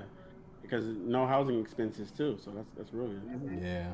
So, like, I was like, okay, you know, so I'm on my little 6-month thing, and that dude came up, and like, even the staff started. He's like, yeah, he's a piece of shit asshole. I don't know. I was like, well, why'd you get me NJP, motherfucker? Like, hell yeah. You should let me you rock. just made this Well, he asshole did. look good. He did Bruh, take care of and you I would though. He never didn't take your money. I will never forget. He came in my office. He started talking some shit. I told him what to do, and like he came towards me, and like my gunny, my lieutenant was looking, and like a couple of people in the office, and I beamed the shit out this dude. I was like, and I was like, it was so satisfying. I was like, yep, I'm getting NJP'd again. I was like, that's half my pay. He's like, it's worth it though. Yeah. Like, you know how you hit somebody and there's a desk right there, so they try to stop themselves from falling? Bruh, he was slapping Shuffling down all the paper. Yeah, shuffling the papers around. Man, please tell me it was one of those like those terrible stumbles, bro, where it was just continuing for no reason. Yeah, man, just fall already. God damn. You've been falling for 5 seconds, man. Damn, bro. Y'all been watching too much Nate Robb highlights. Damn, that's dog. fucked up, Because bro. like I bet you that pay was worth it, bro. You just set the tone in the whole area, bro. You just like, you know what? Yeah, I'm gonna bounce set back. the tone right now. I'm gonna bounce back. Y'all know not to fuck around in my shit. I was like, damn, there goes my money. I was like, I was only 3 months in. Shit. But my gunny at the time, like, that's how you become a legend. That's how you become a legend. Here in Sacramento. Yeah. So he was like, he had my back. He was like, yeah, he went towards Golden. It looked like he was about to hit him, and Golden just fired first. Mm-hmm. It was like, it was self-defense. Yeah. And then my lieutenant had my back too. And it's not to mention, like, I'm in an office where I'm protected by the big 3 of the battalion. Mm-hmm. So I have the commanding officer, the assistant commanding officer, and the sergeant major. Like, basically, I report to them. I don't report to nobody else. Yeah. Like, everybody, like, you're kind of below me. You know, this is who I work for. Yeah. But they all have my back, and it was like, and then the CO brought me into his office one day, and like, because he was looking at the reports and shit. He's like, so Golden, you know, this stays between me and you. He's like, so how weak were those knees when you hit that?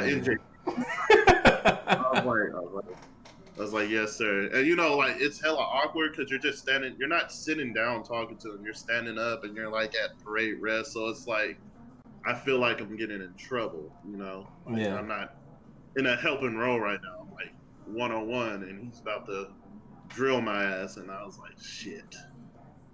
So he's like, Golden, you got NJP, and the incident dealt with that, you know, the corporal that hunts. I was like, yeah.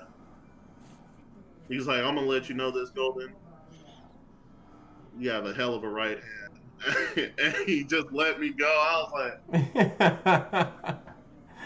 God damn, bro, would you tell me that shit, bro? Because remember you said that the last pod. Yeah, she was like, Cole, I just want to tell you something. Don't tell me yeah, like, just everybody just giving him compliments. Hey, Shen. Don't tell nobody, but yo. Hey, bro, I was like, hey, you already know. Watch out for the right hook, bro. Watch out. That sound like something Josh would tell me back in the days. I would have called you, Jay, but you're too busy running away from me, dog. Left hook is to stun you. That right hook is going to kill you. I'm trying to kill you. Nah, see, bro, you gotta get that left jab, bro. It's the left jab. You gotta keep him busy with the left jab. That's you know what I'm saying? catch him slipping. Like Man. the funny thing, I didn't know that he was watching because there's no camera, so I'm like, like thinking about it, and like he was next door in the conference room, like peeking in. Yeah. Take all the phone. He said, "God damn, yeah, goddamn." You see that man gets, yo, I got. Yo, He's it's like, right hook, let man. me call Jesus you. Christ. It's like Josh. It's like Usher. And let me My call you nigga's back. freaking, Let me bro. call you He's on the back. floor. He's freaking. Oh my God, he's falling. It's been 10 seconds. I'm gonna let you know, the talk with the sergeant major was even funny. He's like, "Well, I heard you had a good right hook, so we got these working parties for you and shit." Don't tell nobody, but I'm gonna tell everybody. And I was like, "Damn." Hey, so that's crazy though. At least you earned their respect at the end of the day. Yes, sir. Nice. Like I said, that's how you become legendary, bro. Hey, man. So, That's how you become legendary, huh, shit? Shit, a legend. hey, speaking of respect, what's up with your boy KD and Michael Rappaport? Yo. What's going on with that right now? So what makes me mad about this whole situation, bro? I know we finally get into some sports, bro. We only 2 hours. You 2 hours, man. It's not real sports though. It's drama. It's drama in sports. It's true. That's true.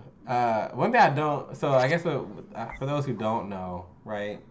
KD had an interview with like Shaq and Charles Barkley on TNT, and I guess like Barkley asked him a question but phrased it as like yes or no, right? So KD took that opportunity to just give him a short answer. Didn't really seem like he was engaged in the interview or whatever. Michael Rappaport, he's a big actor and everything like that, but he's trying to get into like the sports space. I believe he has a podcast too, on Patreon and all that bullshit. But he took I guess he shot off some messages, right? He DM'd KD basically telling him he tweeted out saying lost my train of thought there. If you don't want to do the interview, then just don't do the interview. There you go. Thank you. And like they got into like a back and forth or whatever. KD was letting some shit rip, bro. KD was talking like spicy as hell. Mind you, he is like what 6'11", 6'10", and shit like that. Like he hella big, whatever. He talking about he gonna bust Michael Rappaport. He want to see him, give him an address, want to meet up with him, yada yada yada. And then Michael Rappaport basically took that to go he took to social media and he started playing like the victim kind of situation where like he's like I didn't really appreciate him saying like he was gonna spit on me, blah blah blah, this bullshit. And then he leaked all of this stuff. These are all like DMs, and he leaked all this shit online. Kind of old, like shit was like last week or whatever, so it's not like super relevant. But now like KD's already apologized. I think he got fined like $50,000 or something like that from the NBA. And Michael Rappaport went on Undisputed to go talk to Skip Bayless and Shannon Sharp. But shout out to my man Shannon. Yo, did y'all? I don't know if y'all got a chance to see it. Yeah, I seen a little bit of it. So my man Shannon Sharp said, nah. We not doing this bullshit. You give me a fake ass answer, I'll let you live. Shannon was like, nah, bro. Like I told your ass last week. I'm gonna tell you again now. And then like Michael Rappaport gave him like a bullshit ass answer, and then Shannon said, I'm still not with you on that. Like Shannon was not. He was not playing that. And then Skip obviously was just doing his thing, like just kind of talking about shit, but he don't really get involved or whatever. But my personal opinion, I feel like Michael Rappaport, bro, like you would sit here and talk hellish shit on people, bro. Like you talk, that's all you do is talk shit, right? That's like your, that's dog like LeBron out. Bro, like you just be, Josh don't dog LeBron out like that. Josh might say he don't agree with the court, but off the court you at least give him his respect. He be dogging LeBron, bro.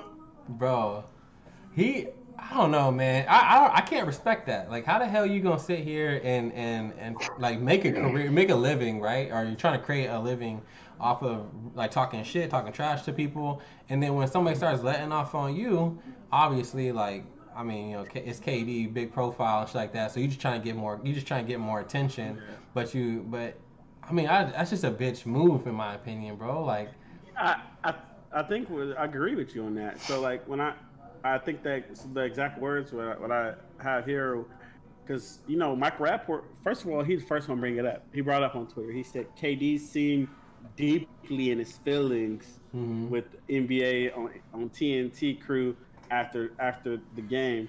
Damn it, he's super sensitive about everything.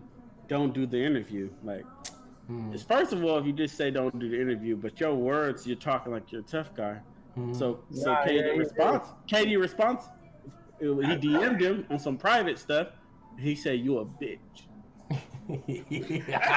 I'm just saying, if I'm talking trash about certain people, at least he came to you and called you. He could have just went and did some clout chasing 6ix9ine stuff on videos on social media. At least he DM'd you 1-on-1 and told you how he felt. Yeah. He's like, ain't gave you a meetup spot, bro. Ain't gave you. Hey, that part was funny. No worries. Nah, the only thing that I like, the only thing that I'm not cool with, and I don't know if it happened because I didn't really look into it. Did KD really talk shit about his wife? Like, that's the only thing. Like, I don't feel like he didn't really talk about his wife. This is what he says. Look, like, you shouldn't bring it up at all, though. You feel me? Like, that's. This is what he said. He said you really called your lawyer your pussy. You couldn't even like. I mean, then he said pussy ass want to lawyer up. He said your wife mad as fuck because you wasting a little bit of money on lawyers because you can't take a joke. Yeah. How pussy are you? Your wife doesn't even respect you. That's what exactly. He didn't say that about He's basically saying you're such a pussy that your wife won't respect you. Something negative. Way how he spun it on Undisputed, he made it sound like homeboy got at his wife fucked up. I was like, oh, well, yeah, because I was like, nah, nigga, KD on some fuck shit for that. No, but nigga, after hearing that shit, so if you listen to the Undisputed shit, right? So then you can tell because Shannon goes like, basically he says like, yo, so you fucked up, right? That's basically what Shannon asked him. Basically he goes like, yo, you fucked up, right? Like you shouldn't have did that to KD, and then instead of just like answering the question, he basically was just like, he's like, yo, we both kind of we had a communication and we just have like an understanding type of situation, but he tried to then go like this situation's still bad in my perspective or whatever, and still try to play the victim. And I was like, nah, man, like y'all had a back and forth, bro, and like there's no defamation concerning the fact that it's in a DM, so nobody even has that information. You the one who made that shit public, so it's like, I don't know, bro, like that's just some weenie ass shit, bro. I swear, bro, that shit is so weird. He really lawyered up though. That's the part that made me laugh. But also, my man KD is notorious for those Twitter fingers, bro. Like he's been out here, bro. We know that, bro. We know. And my friend call someone sensitive. They get. No, yeah, he proved that. But I feel like if I'm KD, don't give us a meetup spot. I'm gonna be there. Yeah. Yo, I'm gonna show up because listen, bro, you put your. I'm gonna show up with a crew too, nigga. I don't give a fuck. I'm like, yo, say KD. I'm like, hey, this is what I would do, bro. This is what I'm about to say. Like, hey, you fucked up, Mike. Because what I would do is I'd be like, all right, then run it, bitch. I'm gonna be there. Show up, and then you like, hopefully somebody recording, and you just be like, yo, man, you a bitch ass. Like, say what you gotta say, and then right before shit hits the fan, you just you throw it a quick like, yo, I'm sorry. No. Yo, right before he hits you. Moments, bro. Like you just see KD 6'11" ass just drop this old ass white man. Wow. Like, oh, man. You got to throw a quick one in, just a quick ass I'm sorry right before he decks you. So that way, if anyone ever asks, you say like I went there to try to like resolve the situation. You see on video, I said I'm sorry. And then you hit him with the lawsuit, bro. You know what I'm saying? Like that's what you should do. Look, so funny. Like I'm like, Shin, you should read each one of those. I'll just put it in the chat, bro. That whole conversation. You should read that shit. That shit is funny as fuck. He really called him. He called him a pet. He said tell your daddy Chuck to be better at his job and frame his questions better. And then he was talking. He said you cunt. He said you cunt. You pasty cum guzzling bitch or some shit. You gotta read that shit. It's just funny, bro. KD was in his bag, bro. What's wild is that like I mean, yeah, I don't think he wasn't even hooping at the time, bro. Like he was still injured. He's just out here getting his jokes off, bro. He's just like, I gotta get my exercise in somewhere. Yeah, I think Mike, bro, I'm not gonna lie though. you kind of a bitch for that one, bro. You know what I'm saying? And then I guess this also I heard though is that on his podcast, like I said, it was on his Patreon or whatever. He was on his podcast right before, I think it was like Thursday or something like that, Wednesday or Thursday on his podcast. He was over there talking about how he was like, yo, I'm gonna beat his ass if he ever like comes at me or whatever, or like ever sees me in person or whatever. I'm gonna whoop his ass, yada yada yada. And then you take your ass on fucking Undisputed playing the victim and shit, bro. I hate that, bro. I hate that, bro. I hate Michael it. Rappaport because he be talking shit like he just that dude. Like the stuff that he talks, you would think he was Allen Iverson or somebody, like bro. Like, Yeah. like he was just that dude. Like he talked like he don't look like he can make a goddamn free throw. Yeah. I'm gonna be honest, like he be talking like he just that dude. Like Yeah. that's like me talking like saying I can knock out. Like I'm talking shit to every boxer and UFC dude like I'm Mike Tyson. Yeah. Only Mike Tyson can do that shit. Yeah. I can't go. And even they respect Mike Tyson. They're like, yeah, it's like, you're right, Tyson, you're right. Yeah. Me, bro, I cannot just go talking to every UFC guy like you like, man, sit your fat ass down. You don't really be like, man, sit your fat ass down, bro. Fat ass down, boy. Yeah. I don't know. That's some hoe shit in my opinion, bro. I don't know. Mike, do better, bro. Be better, do better, man. Stop apologizing. Oh Stop playing victim. Yeah, so come guzzler is a hot one. That's a spicy take, bro. That's crazy. Look, that's the old school. He expected that to stay a DM. You know what I'm saying? He didn't think that was gonna hit the streets. Man, Mike's an asshole. I think we got consensus on that one, right? No, but how do y'all see? I don't know, man. I don't know if there's an indication, because nothing no new information has really come out about Deshaun Watson. But I guess Nike pulled their deal with him. Like they no. Yep, they took that shit off the table. I'm not, like I said, I'm not saying that's an indication of, is he guilty in a sense or whatever, but I mean, it's definitely not a good look, bro. Like now he's starting to lose endorsements. You know what's crazy, bro? Didn't Houston put him on the trade block like just before this news popped out? Yeah. I think they were trying to hot potato this. They were trying to play something. Yeah, I remember like seeing on the news they were like, "Oh, Houston's ready to trade him." I'm like, "Damn, bro, what happened?" And all of a sudden, it was literally like a week or 2 days before. Yeah, like not even. Yeah, Mm-hmm. and it's just like 21 women just came out saying this shit. I'm just like, Jesus Christ, bro, this is some crazy shit right now. And then you know what's crazy though? It's like, all right, now this could just be me. If one day somehow we become famous. And some lady says some crazy shit. I don't care if it's 23 women say some crazy shit about me. I know I didn't do nothing. Bro, I'm about to be out there like, yo, shut the fuck up, right? I'm gonna be out there talking my shit. Because right now, he's catching a mudslide of negative information, right? Everyone's talking crazy, but he ain't saying nothing. Man's being quiet. And I know you're supposed to like keep to yourself, and especially in the middle of a lawsuit or something like that. But I'm like, yo, I didn't do nothing wrong. You have fucking no proof, like yada yada yada. I'm gonna be out here talking my shit, like shut the fuck up, all that stuff. That's how I would be. So with him being this quiet, bro, you ain't said nothing. You at least keep the basics. Like you're right. Like if those type of things, let's just say they accuse someone like LeBron for doing this stuff. Mm-hmm. LeBron at least gonna come out like to like he'll do a couple of interviews and he'll be like, yeah, this shit is ridiculous. Like I would never do no shit like that. I don't even like whoever fucking coming up with this shit is fucking bull. Like at least gonna somewhat defend. I understand you don't want to go too into details about, but you at least gonna like say like this is. I just can't wait till this is completely over and these people are exposed to the lies. Say something. Something, bro. But he's not saying nothing. Well, the only thing is like nothing is Mike Vick and Jameis Winston. Those are the two niggas that are not saying nothing. You don't know what his lawyers are telling him though. Yeah. They're like, oh, you can't say shit. Exactly, bro. and they would only tell you something like that if you probably like nigga. They got it. Yeah, gonna get you off. Well, nah, bro, that's 21 women, bro. Like they got some work to do right now. My God, I got some work to do. About 1 or 2 people, bro. Yeah. We're talking about 21, bro. That's what I'm saying. But I think that the lawyer collects all the facts though and all the evidence, and that probably was like.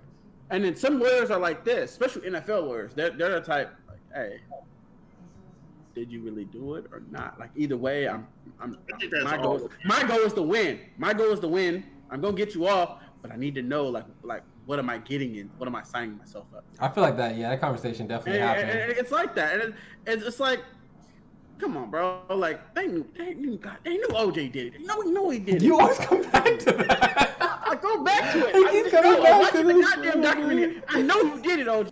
Tell me. He said that shit last week. He said, yo, I don't care. He did that shit. The documentary is so good. Like I be watching the documentary, it's just so good. And I be like, man, I just want to know. I want to know the truth. That shit's too funny, bro. If you want to know the truth, just read his book where it says if I did it, bro. Yeah, if I did this, how I do it, bro. That boy wild. That boy wild. Bro, What were you saying? like, he was hella descriptive in that shit too. I'm gonna let Jay know right now. The glove did not fit. Yo, didn't he? And isn't Deshaun trying to like get like the best? He's trying to get like the best fucking lawyers. That dude, I don't know, bro. He fucking it up. He fucking up for black quarterbacks. Let me tell you. Bro, I mean, that's this morning, bro. Like, you know, owners are just looking at that like, bro, like this is why we don't pay you guys. Yo, you imagine guys do shit like this. You got Michael Vick not too long ago. You got Deshaun Watson right now, bro. Dwayne Haskins. Marcus Russell just didn't give a fuck. Like niggas don't want to pay him. James Winston. James Winston. I know it happened in college. He did some shit though. But Like, the Uber driver, he hit on the Uber driver though in the pros. Yeah, see, so it's just like they're just gonna look at you and be like, we don't want to pay that. We're going back to Trevor Lawrence. Dak Prescott, you know what I'm saying? Holding it down for the African Americans in the league, you know what I'm saying? That's why he got the 160 worth every dollar. No. You know what? That probably will start going more biracial quarterbacks now. Pat Mahomes. They don't have Pat Mahomes.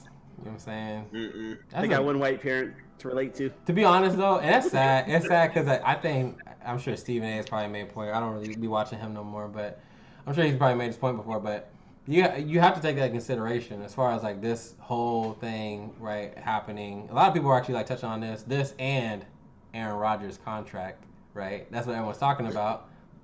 Future buck. Bro, what? and yeah, I mean, like, unfortunately, like. All I know, bro, is if we give up on Aaron Rodgers, we're going to look at Josh. Yo, that's how you look. First round picks. This is how you know Josh knows. Writing's on the wall, bro. This is last year, bro. This is it. Because even Aaron Rodgers has admitted, bro. He said that shit last year. He did not say that, bro. What I was about to say. This is the thing. Like, you just sitting here, you're reading off it. Because he did not say that shit. He just said, it's not in my hands, which is about every football player. He literally said, they're making moves to push me out. And that's why it's no longer. He was on Pat McAfee's show last week, bro. On Friday, he literally said the moves they're making is like now it's made it clear to me that I no longer have control, as if they're trying to push me out of the organization. And here's why he's on Jeopardy, bro. And then they asked him, they said, "Yo, you trying to do that shit?" And he said, "Yeah, I'm hella down, bro. I'm hella down, man." Hey, Josh, what I say? Worst off season. It's not, bro. He's still on the roster. Well, what I was gonna say was Deshaun Watson. Yeah, man, we gotta consider the fact that you represent black men across the world. You know what I'm saying? You're doing a shitty job, so fuck out of here if you really did that. Derek Jackson, bro, come on, man. Derek Jackson. Both of these guys were looked at as top tier. They were up here, dog. Both of them were up here. I don't know why Jackson's up there. Now they're below us now, bro. They blow us now, man. Yo, this chick said like she walked into the room. This nigga was butt ass naked. Yo, why is he doing this? Like you are a fucking. Hold on, we don't know if it's true though. We don't know if it's true. What are you talking about? Deshaun Watson. Let's not put it on like that. Like, was he naked or was he like putting a towel on for he could? No. Or what? Like he was just like she walked into the room and he was naked. Like she did a whole. She said her whole piece, bro, and then she was just like, They usually the massages. They usually tell you autopilot. Get naked. No, they say get dressed down to what you feel most comfortable. Yeah. That's what they say. Correct. Yeah, that's what they said. But yeah, and usually my naked is the preference. Yeah, but I most think- people choose but you're supposed to be laid down with a towel on. And that's why they'll come back and knock on the door, and they're like, "Are you good? Okay, cool." And they'll come in. But like you're right, if he's just sitting there naked looking at it like, "What's standing up?" Then it's like that's uncomfortable. That's Yo, he's sitting there. He's sitting there with his dick through the head hole. Yeah.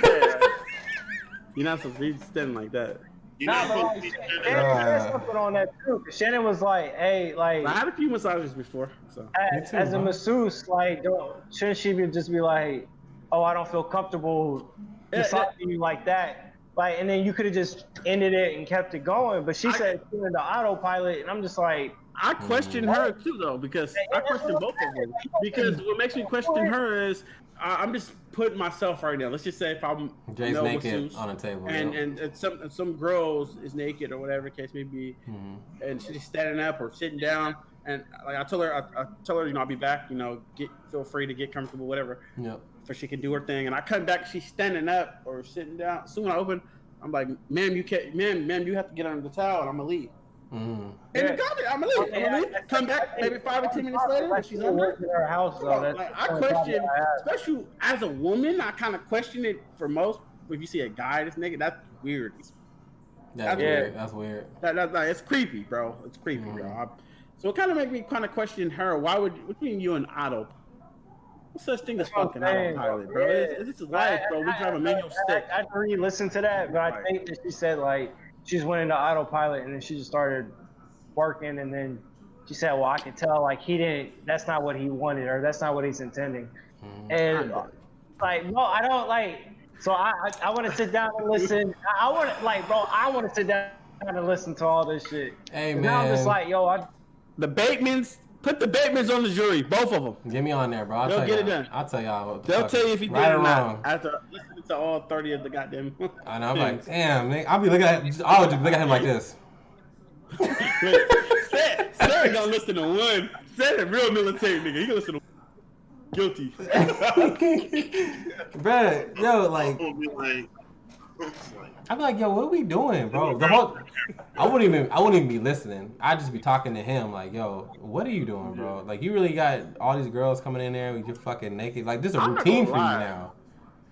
I'm not gonna lie. I'm viewing it as, let's just say, if I was in his shoes, got the big contract, whatever the case may be.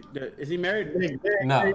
I'm not married or but is he married or anything? Or No, I don't think in a so. relationship, whatever case. I mean, it don't matter now. Okay. I don't think he was. I'm looking at it like I got a lot to lose. Like even with I wouldn't even trust massages like without being super surveillance.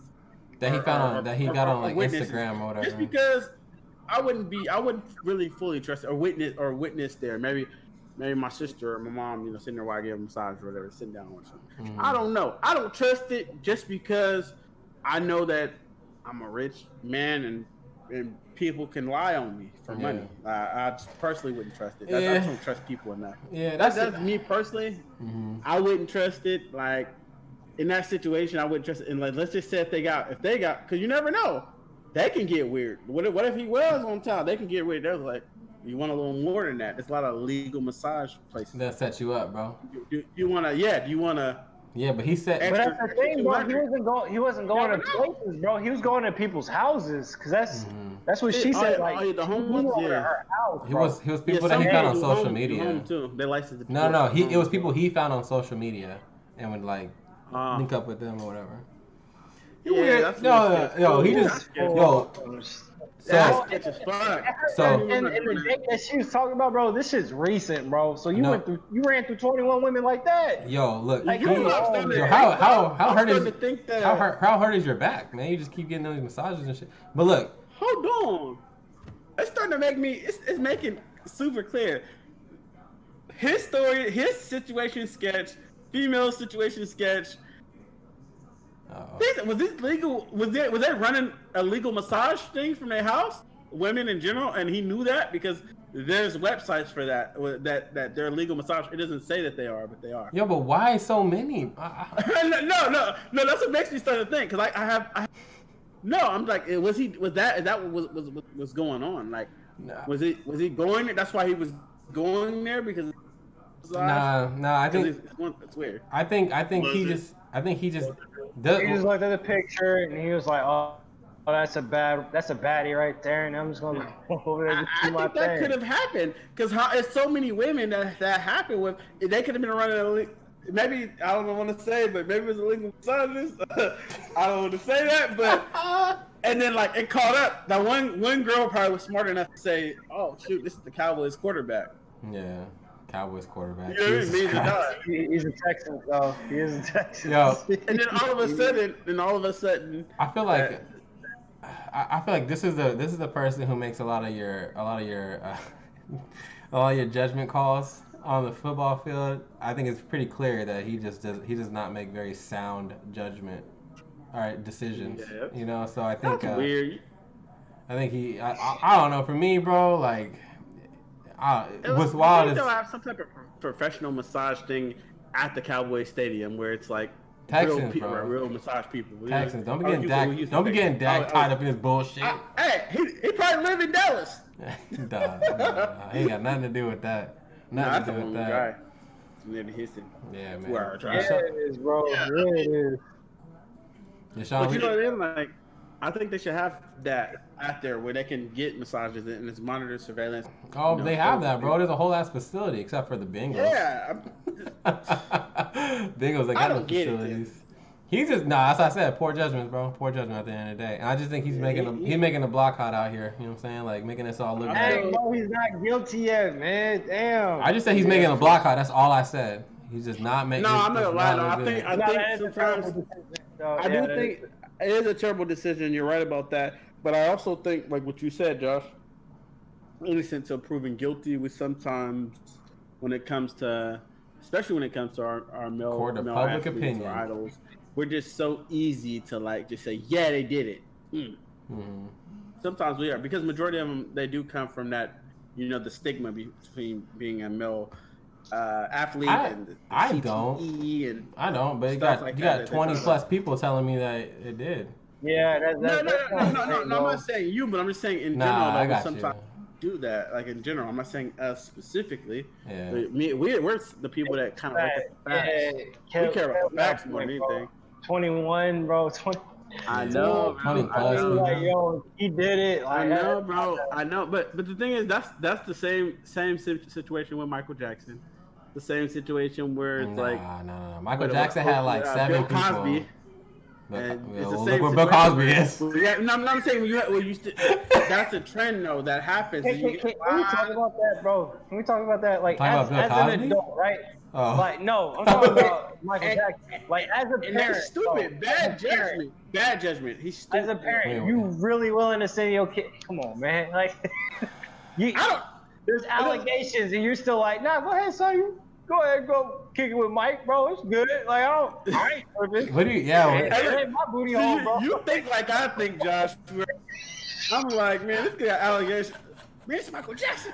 What you calling him? No, fuck that. Bro, like, It's Michael that's what I'm Jackson. saying. Like, nah, because Not fucking ass sports kid. I'll shoot you in your face. If there's allegations, bro, I'm gonna be like, oh yeah, like, you know, my son's not gonna be with you. R. Kelly. Me personally, I don't think you did it, man. But like, still, You put I yourself don't in know. a My bad. kid's not gonna be with you by himself, bro. Like, no. Yeah, you put yourself in a bad situation, and it's like, even if you didn't do it, all those, it's like, man, you're already a weird individual. You should already know the role of you is weird. You're fucking Michael Jackson. We don't know if you're fucking straight or gay, or we don't fucking know. We don't know. Is it It's okay weird. if he has to sleep over? Absolutely not, Mike.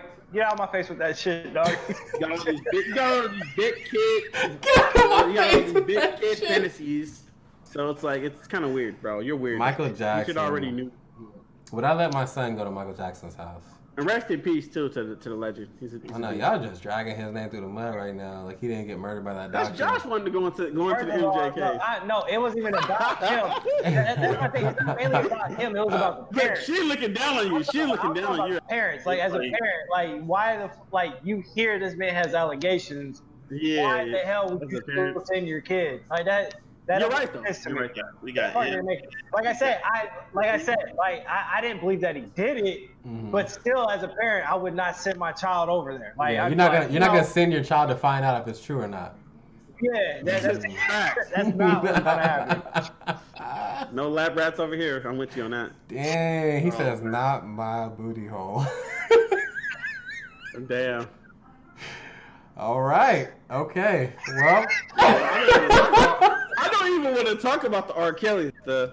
Nah. Oh, no, we're not going there, bro. Nah. All right, hey, Hey, man. let's put you on the clock. Yeah, that's. You're on the clock. Yes. Half Yes. Take it. Hey, so last week, I'm fucking weak, bro.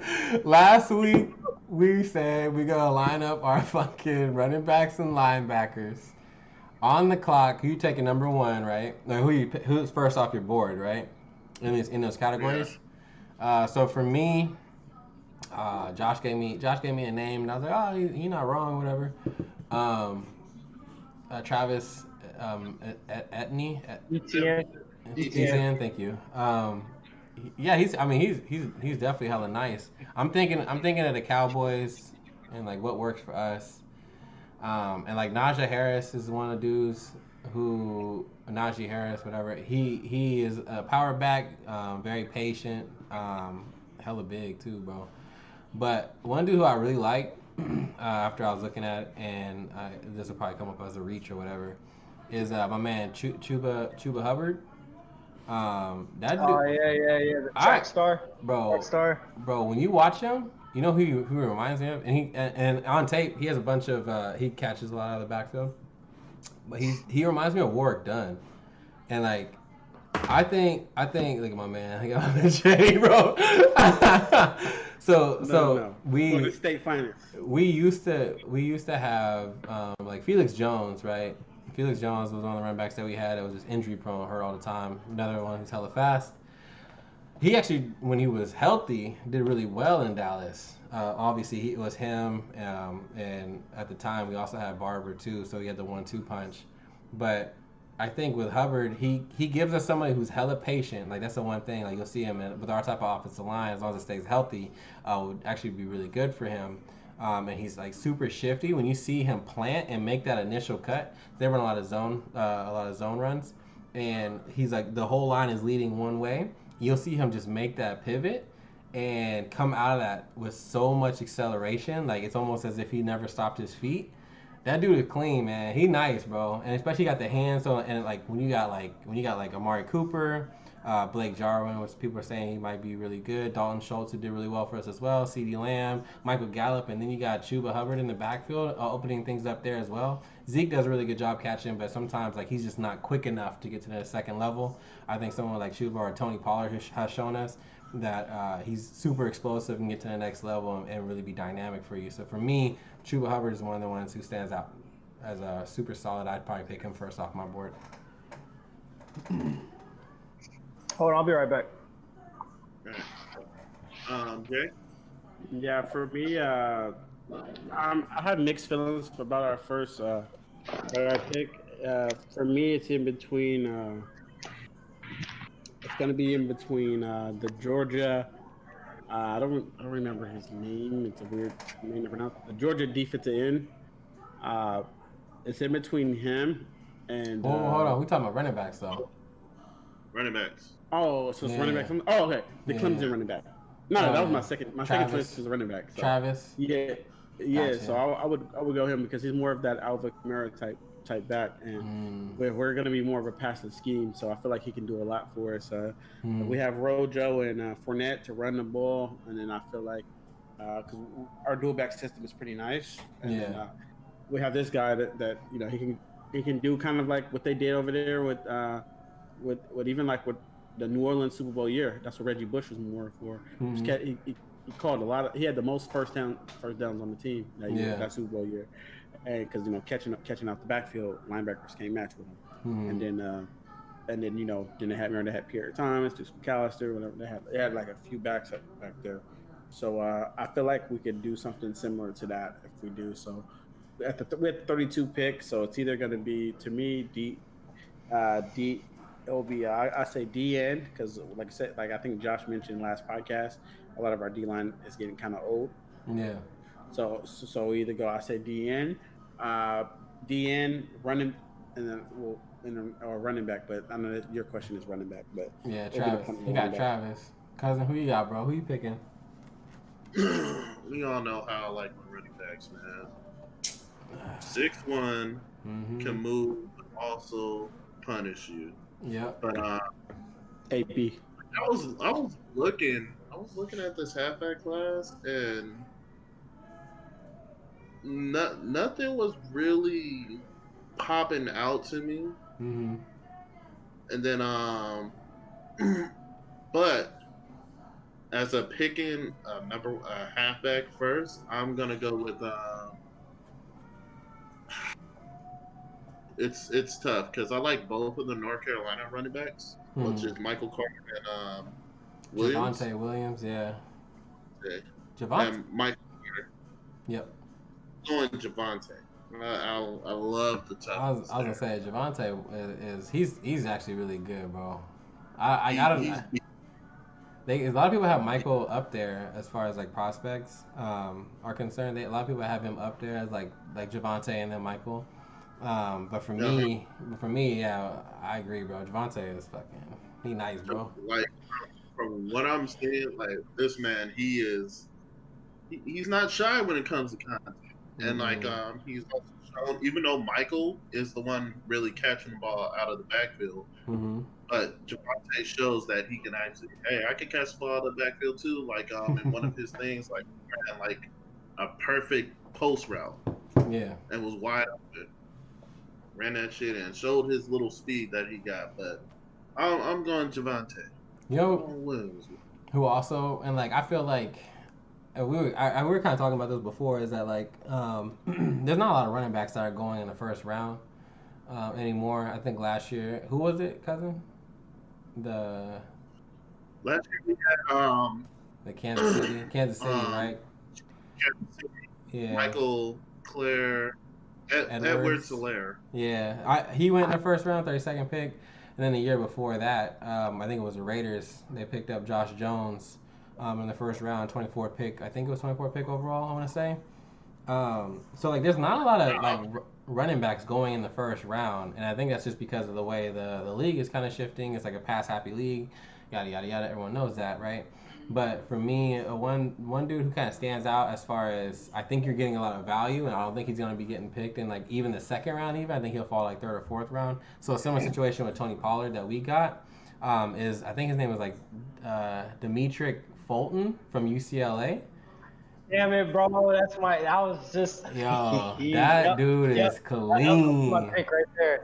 That's My really my bad, pick right Josh. My there. bad, bro. Now I you was just good. talking. I was going down my list of folks who I was thinking is gonna be like, yo, this is somebody who I think you'll see him go like third or fourth round. Definitely not like a second round or anything like that. But he's nice, bro. Josh Jacobs. What I say? Josh Jones? Oh yeah, Josh Jacobs. I'm sorry. Thank you. Raiders picked up Josh Jones. It was Josh Josh Jacobs was the Jacobs. only running back. Yeah, it was like the 24th pick, I believe. Yep, 24. All right, go ahead, Josh. I'm sorry, bro. I didn't mean to steal your thunder, man. So yeah, no, we only choosing one, right? Yeah. Just one. Mhm. Yeah. Yeah, so little bro already touched up on him. He's a former wide receiver over at UCLA. He's a little shifty little motherfucking man. So Yo. he was someone that I was like I just started like watching him because the other he's just like the other dude that I used to be talking about with Kenneth Gainswell. Mhm.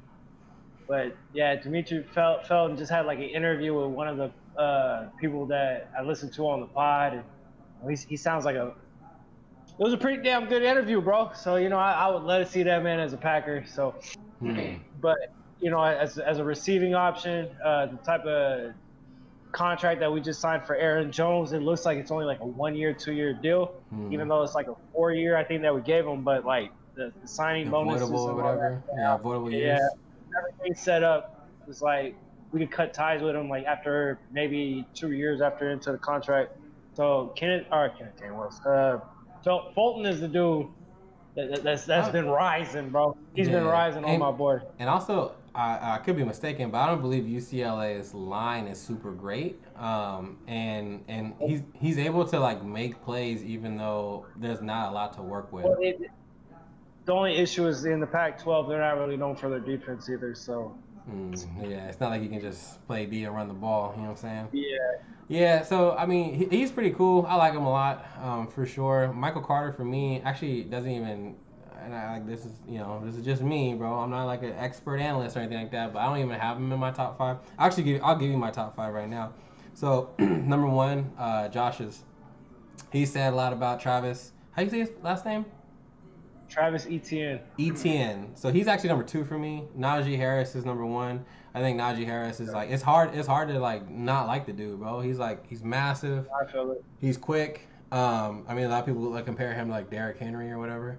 And I mean, yeah. The only thing the only reason why I feel like Travis is number 1 is because one of the big things that I said during the playoffs with Tennessee is where Derrick Henry is going to be. He's only going to get the ball one way. Mm-hmm. Travis Etienne, you can use him in multiple sets. You can use him like out at wide receiver. You can, you can put him in different areas. Yeah. And that's the only reason why I have Etienne as number 1 and Najee number 2. Interesting. Yeah, so I have Najee Harris as number 1. Travis Etienne as number 2. Number 3 is Javonte Williams. Cousin, I agree with you there. Then you have Demetric Felton. And then number 5 is going to be Chuba Hubbard for me. That's how I have it listed. I know I've seen some rankings. They have Chuba as low as like 14, 15, best running back. I don't know, man. Like, my research gets compacted because usually as we get closer to the draft is when I start paying attention to everybody who we have available. So I've been watching these folks since like their freshman year, coming out of high school, things of that nature. So there should be there can be things I'm missing, but for what I see, usually I'm looking at like what's jumping off on the film for me, and these are the individuals who jump off for sure, right? That's just me. This is me personally. But also we had that's our running back situation. What was our next grouping that we had, cousin? I actually wanted to talk a little bit about. Have you guys actually?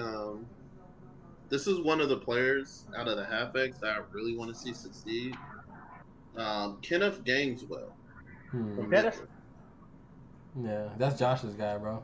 Yeah, that's what I've been talking since we started this pod, bro. Cat out of Memphis. Man, I like that guy's gonna be special, man.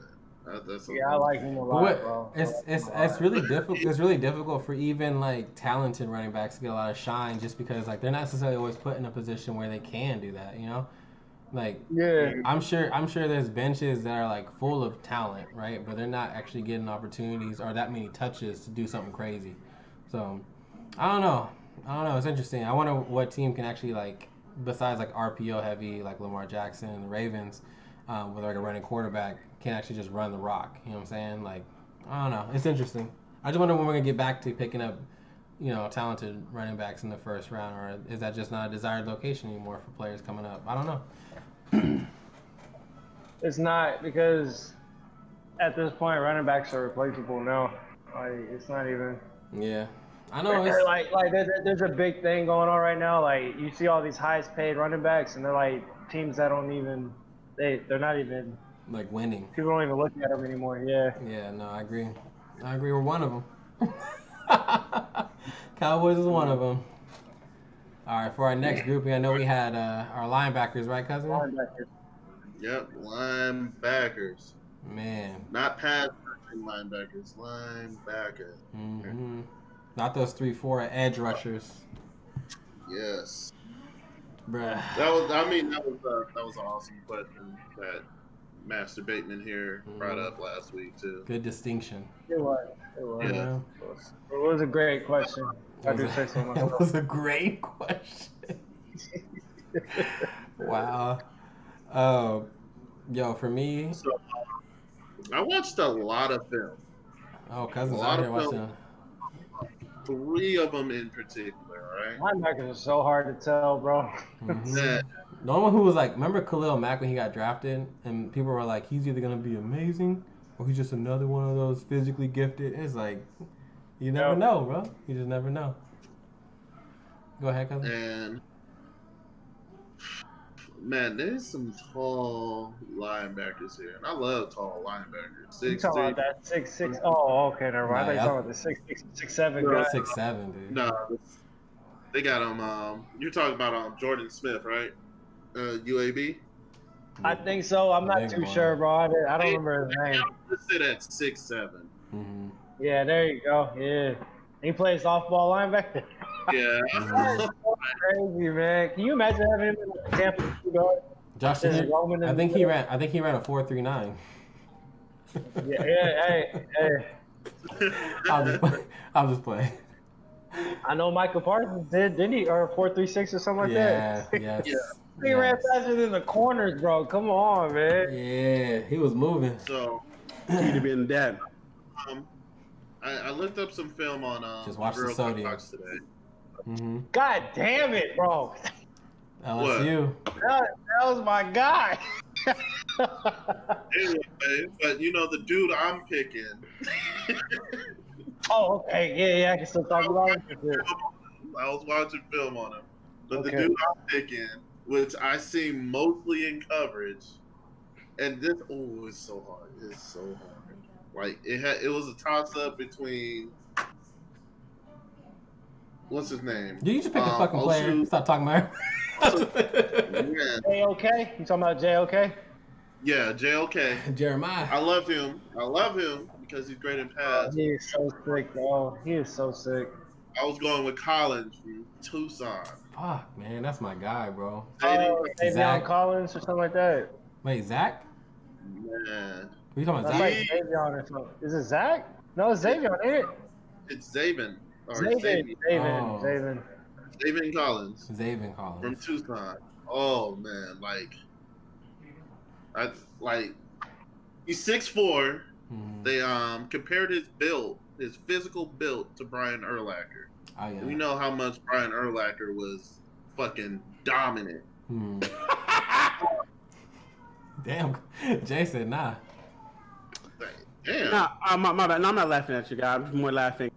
We know what. Yeah, it's pretty much what you said. We know why he was dominant. He was in Green Bay division, dogging them niggas. That's why. Dogging Dogging them Brett on Green.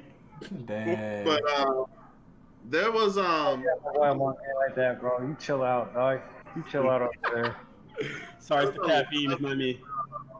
there was a lot of his tape, and it was like Collins with the tackle. You know who had the tackle? Mhm. Guess who got the tackle? Oh, guess who made this play? I was like, damn, is he the only person on the field? Yo, I think he. And like over and over again to make sure it wasn't the same game. Yeah. That's why I was watching it. But I think he used to be a quarterback. I think he played quarterback in like high school, and then he changed over. there was an interception he had, and the move he made after it, I was like, ooh, this guy could be shifty a little bit, just shifty. This little shifty boy. He said, broke 5 receivers' ankles, bro. I was like, woo. And I was like, and he to the house, so he got that speed, a little bit of speed. Yeah, you know? he's a sturdy boy. All these linebackers, they got speed. No, they're fast nowadays, bro. They fast these days, bro. It's not like it used to be. You know what I'm saying? You get that diamond in the rough 87 speed on Madden. Now they all 87 speed, bro.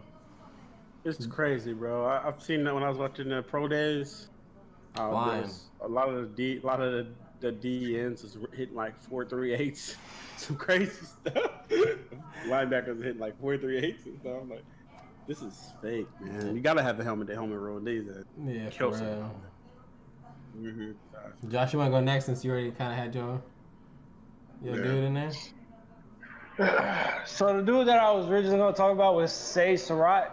I liked him. But the dude that I'm actually very, very, very, very intrigued about, I'm trying to look up his shit right now as we talk.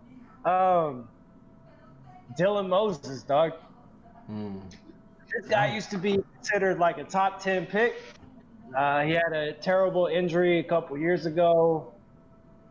And last year he had a terrible, it was just a trash ass season last year.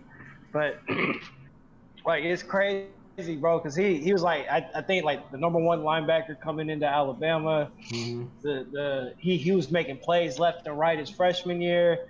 Then his sophomore year, he gets a terrible injury, and then like last year he said like he was playing hurt, but he went from like a top 10 pick to people don't even put him in the top 5 linebackers position anymore. Damn. So I'm super intrigued to see where the hell he's going. I, I'm over here praying, but I'm like, yo, third round, come on, Green Bay, let's snatch the man up. Let's get some Shit, bro, picks. I wouldn't get mad because I was just looking it up and it said that he ran a 4.57, which is fucking fast for a linebacker. I know for a fact he's a thumper. That nigga will put you on your ass in the quickness.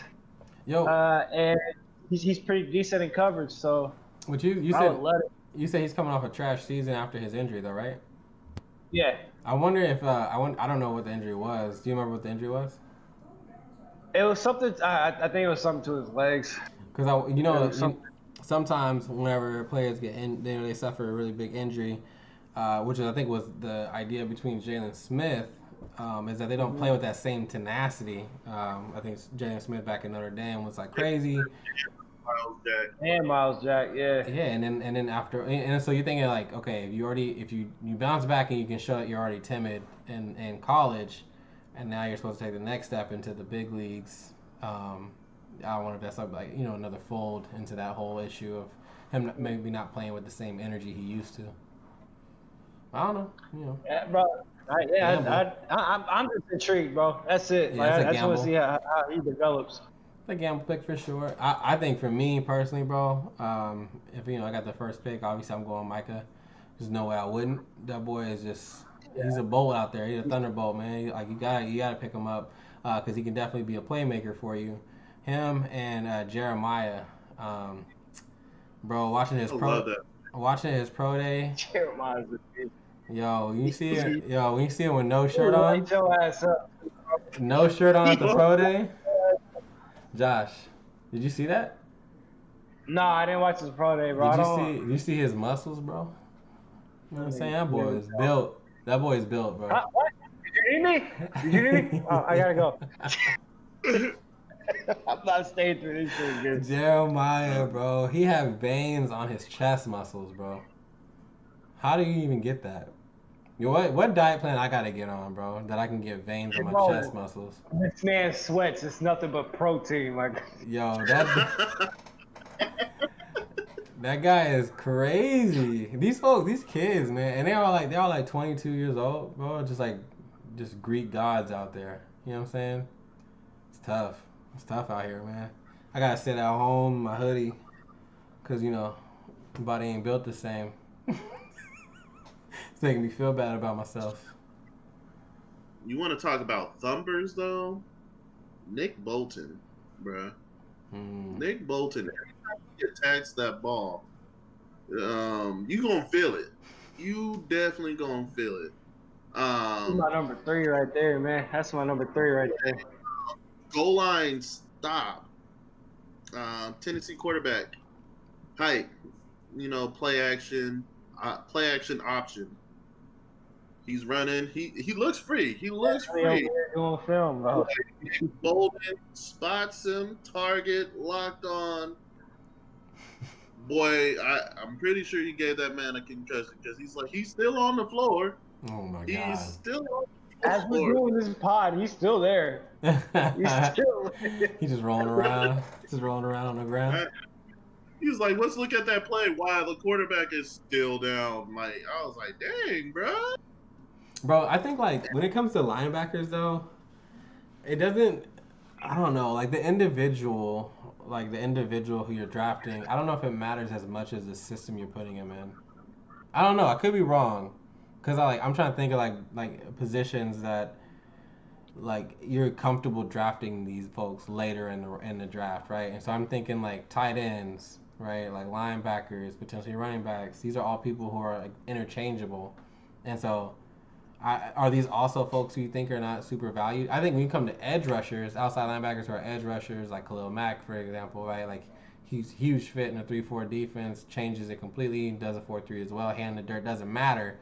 But when you're talking about like outside linebackers and like the Mikes right in the middle, I think depending on if they're actually like the Ray Lewis's back in the day when they used to like call the defenses, and I don't know, like is it like a dime a dozen type situation? Because I mean this draft actually feels pretty deep when it comes to linebackers.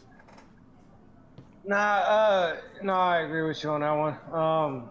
Linebackers are starting to turn into that too. You're starting to have like, but like sometimes you get the three down, like the ones that you want is the three down linebackers. Hmm. Like JOK's is like gonna be your pass coverage guy, but that's it. Micah Parsons, he's gonna be there all three downs. Hmm. If Dylan Moses comes back to what the hell he was, he's gonna be there all three downs.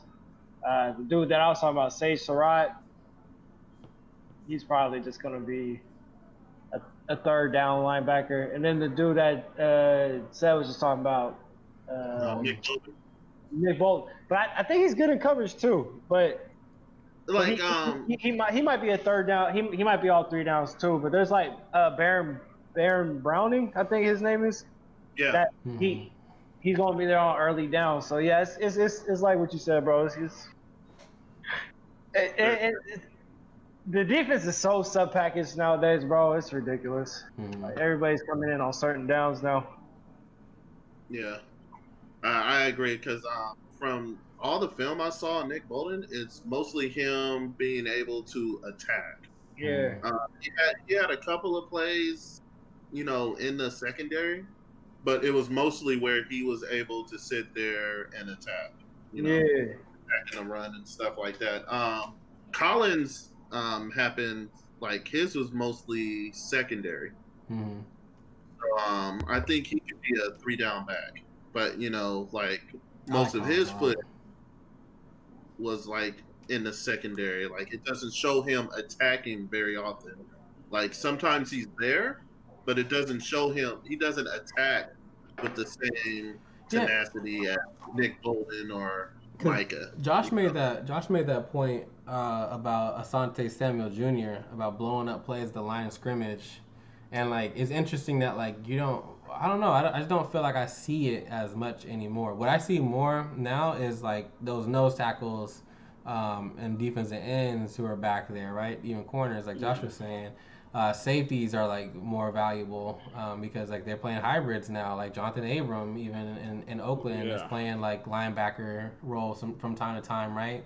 They're going single high with Jeff Heath. Derwin James does it, bro.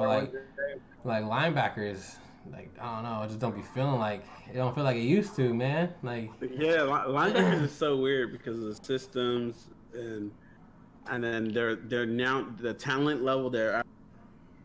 So it's so weird. Like as far I feel like a lot of the new linebackers reading coverage don't really matter too much. Yo, who's my guy I'm thinking of from the Steelers, bro? Because like James Tampa Harrison. 2 didn't died out.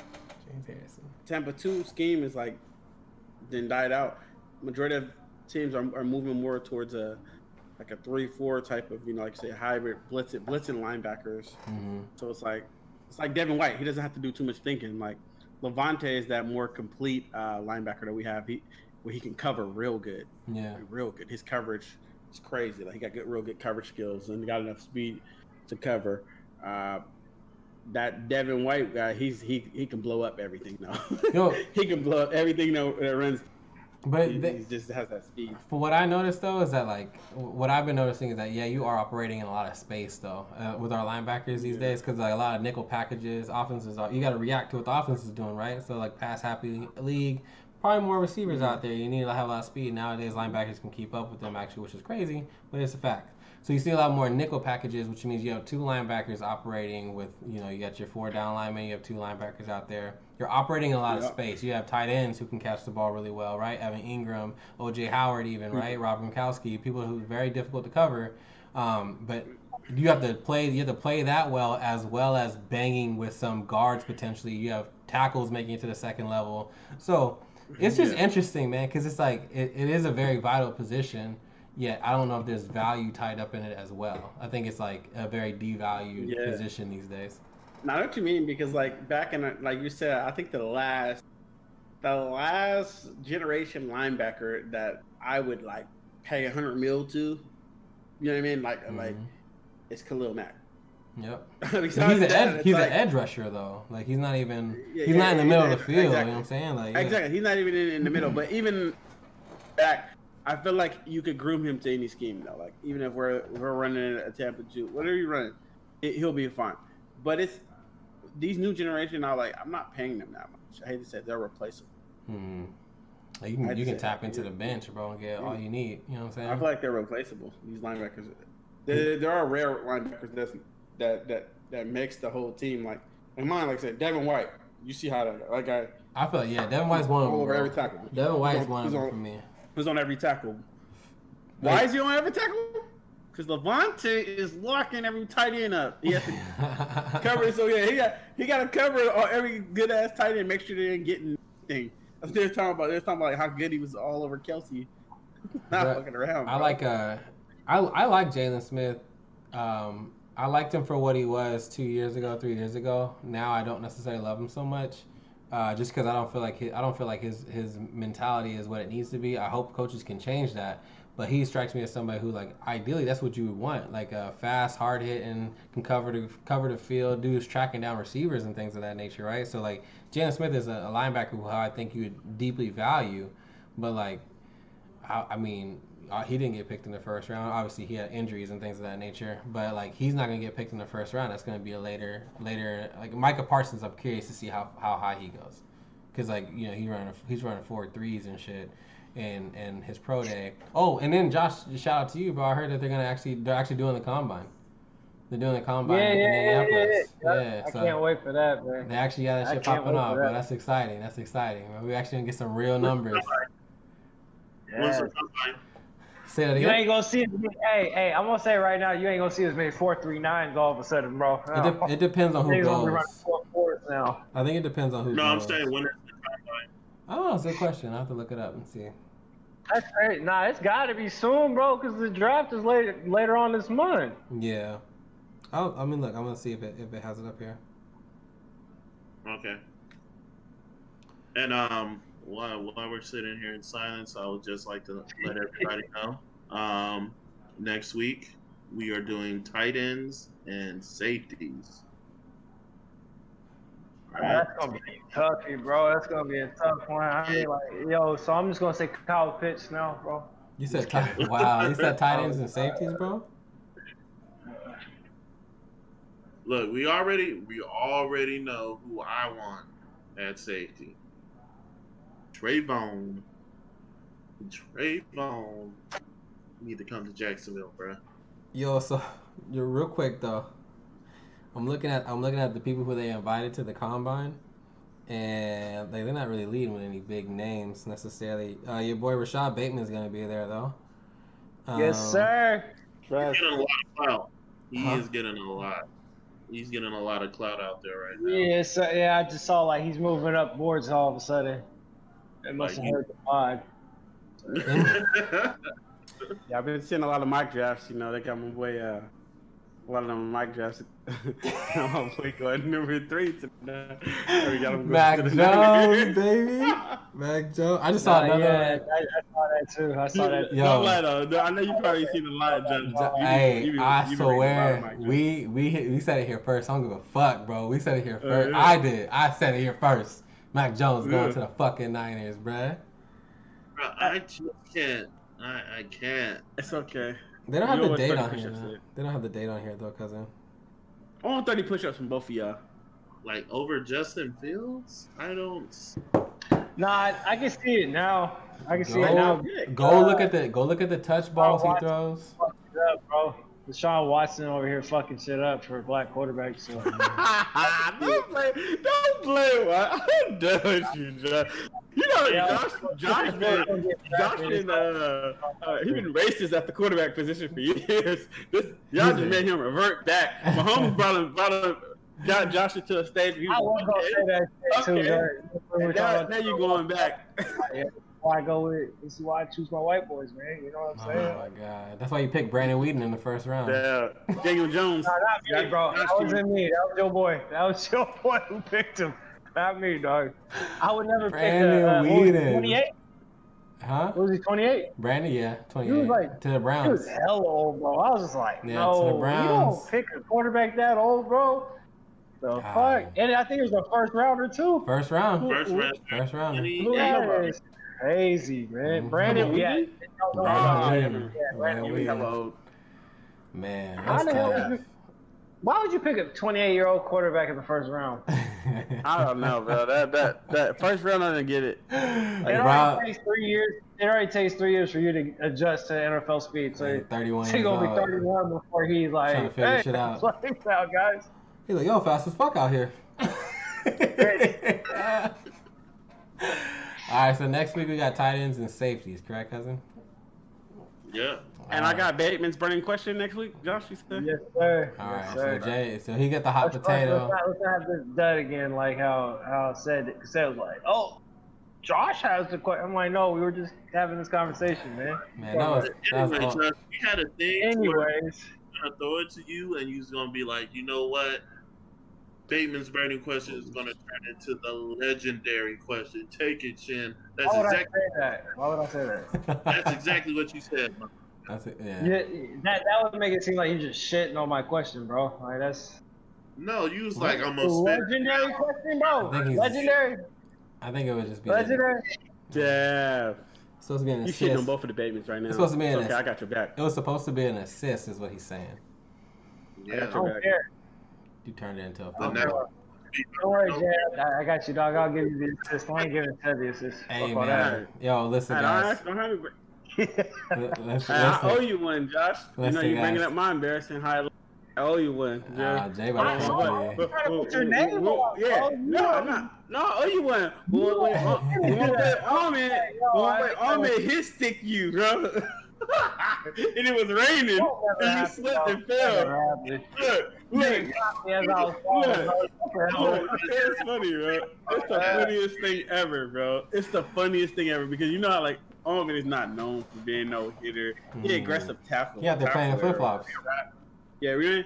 But it just happened. It's raining. Josh had no cleats. I'm not gonna lie. And Josh was already kind of slipping as it is, and Ahmed smack him. So you can know Ahmed's like, Nah. I never seen Josh so mad, bro. Hey, yo, I don't want to open a can of worms or nothing, but y'all remember that dude got hit sticking to that tree? Oh shit! Remember he hit that? Come on, He completely left his feet, bro, and he Come on, now. he exploded on that tree. Oh, Bro, and the crazy part is like it looked like I could have sworn that nigga flew like 10 feet, bro. Like that nigga was nowhere near the tree, Yeah. and somehow Bro, he just oh wrapped it my. around it. Yo. Like, damn. Yo, I've never seen. look! Before we wrap this up, I got one more question.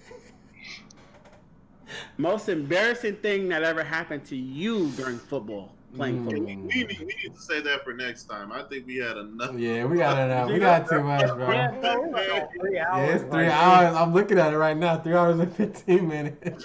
Whoa, dang! Like, we're gonna be on that. Yeah, we gotta wrap up. Yeah, Yeah, I'll we be gotta- coming next week. Yeah, we gotta wrap up. One of my victims, remember? Joshua complained every game I would injure him. What? Josh is fragile though. Josh is The mean. dude who I ran never into the played. tree. The dude who got knocked into the tree. Remember, every time I would Oh, tackle Monel, him? you talking about Monel? Bro. Yeah. Remember he got. Damn. Yeah, didn't he get his head took out, bro? Hell, man. Why you always gotta take Monel out the game? Nah, yeah, I remember that shit. I remember that shit. He do be having the worst hits, though. I remember one time he was hurt, nigga. I caught the ball and I ran his ass off. Cause I just knew this nigga was already hurt. So I just dipped my shoulder on that nigga and ran into the end zone. You Josh know said, what's "Fuck so it." funny? Something funny is when remember when I ran when I ran him over when we were playing football. I didn't even try to run him over like that. Like he really tried to hit stick my ass and bounced off my back. Oh, He tried to hit man. stick me, bro. Like I hate that nigga Jay whenever he be playing football, bro. He Jay running solid. full speed. You He's just like, solid, bro. bro. That's a business decision, bro. Yeah, it is. That's very factual, bro. That's very factual. All right, wrap it up. Yeah, man, it's time to wrap up, y'all. We getting a little delirious now. 3 hours deep. Yo, shout out to y'all for rocking with the squad. CCP Crazy Challenge Podcast. You guys can catch us live on Wednesdays. We record it. No, CCP. Nah, damn. We record the podcast live on Wednesday nights at 8 p.m. You can catch us here on twitch.tv/blackbear. That's BELACBEAR. And Where's the P at, bro? The podcast goes live on YouTube and all podcast platforms on Fridays. So check us out there, man. We're going to share the link. Follow me at Black Bear on Twitter. Shin the Legend, correct? Cousin? On Twitter. So at Shin the Legend. My man Jay the Realist, I believe, on Twitter. Look him up. Is that right? And then Yeah, you got it right. And then Josh ain't out here in these streets, you know what I'm saying? Yeah. We gonna be working on it soon. Hey, but man, this is beautiful, bro. This is beautiful. Y'all got a whole heavy dose of your boys. Just a lot of history came up today on a dead sports topic week. So shit, man, we're gonna do this shit again next week, man. Thank you guys for tuning in. Question. Huh? It came from that burning question. That's yeah, bro, true. that's probably like the longest burning question. That's a long, slow burn. Yeah, man. Thank you guys for tuning in. We'll catch y'all next week. Y'all have a beautiful night. Yeah.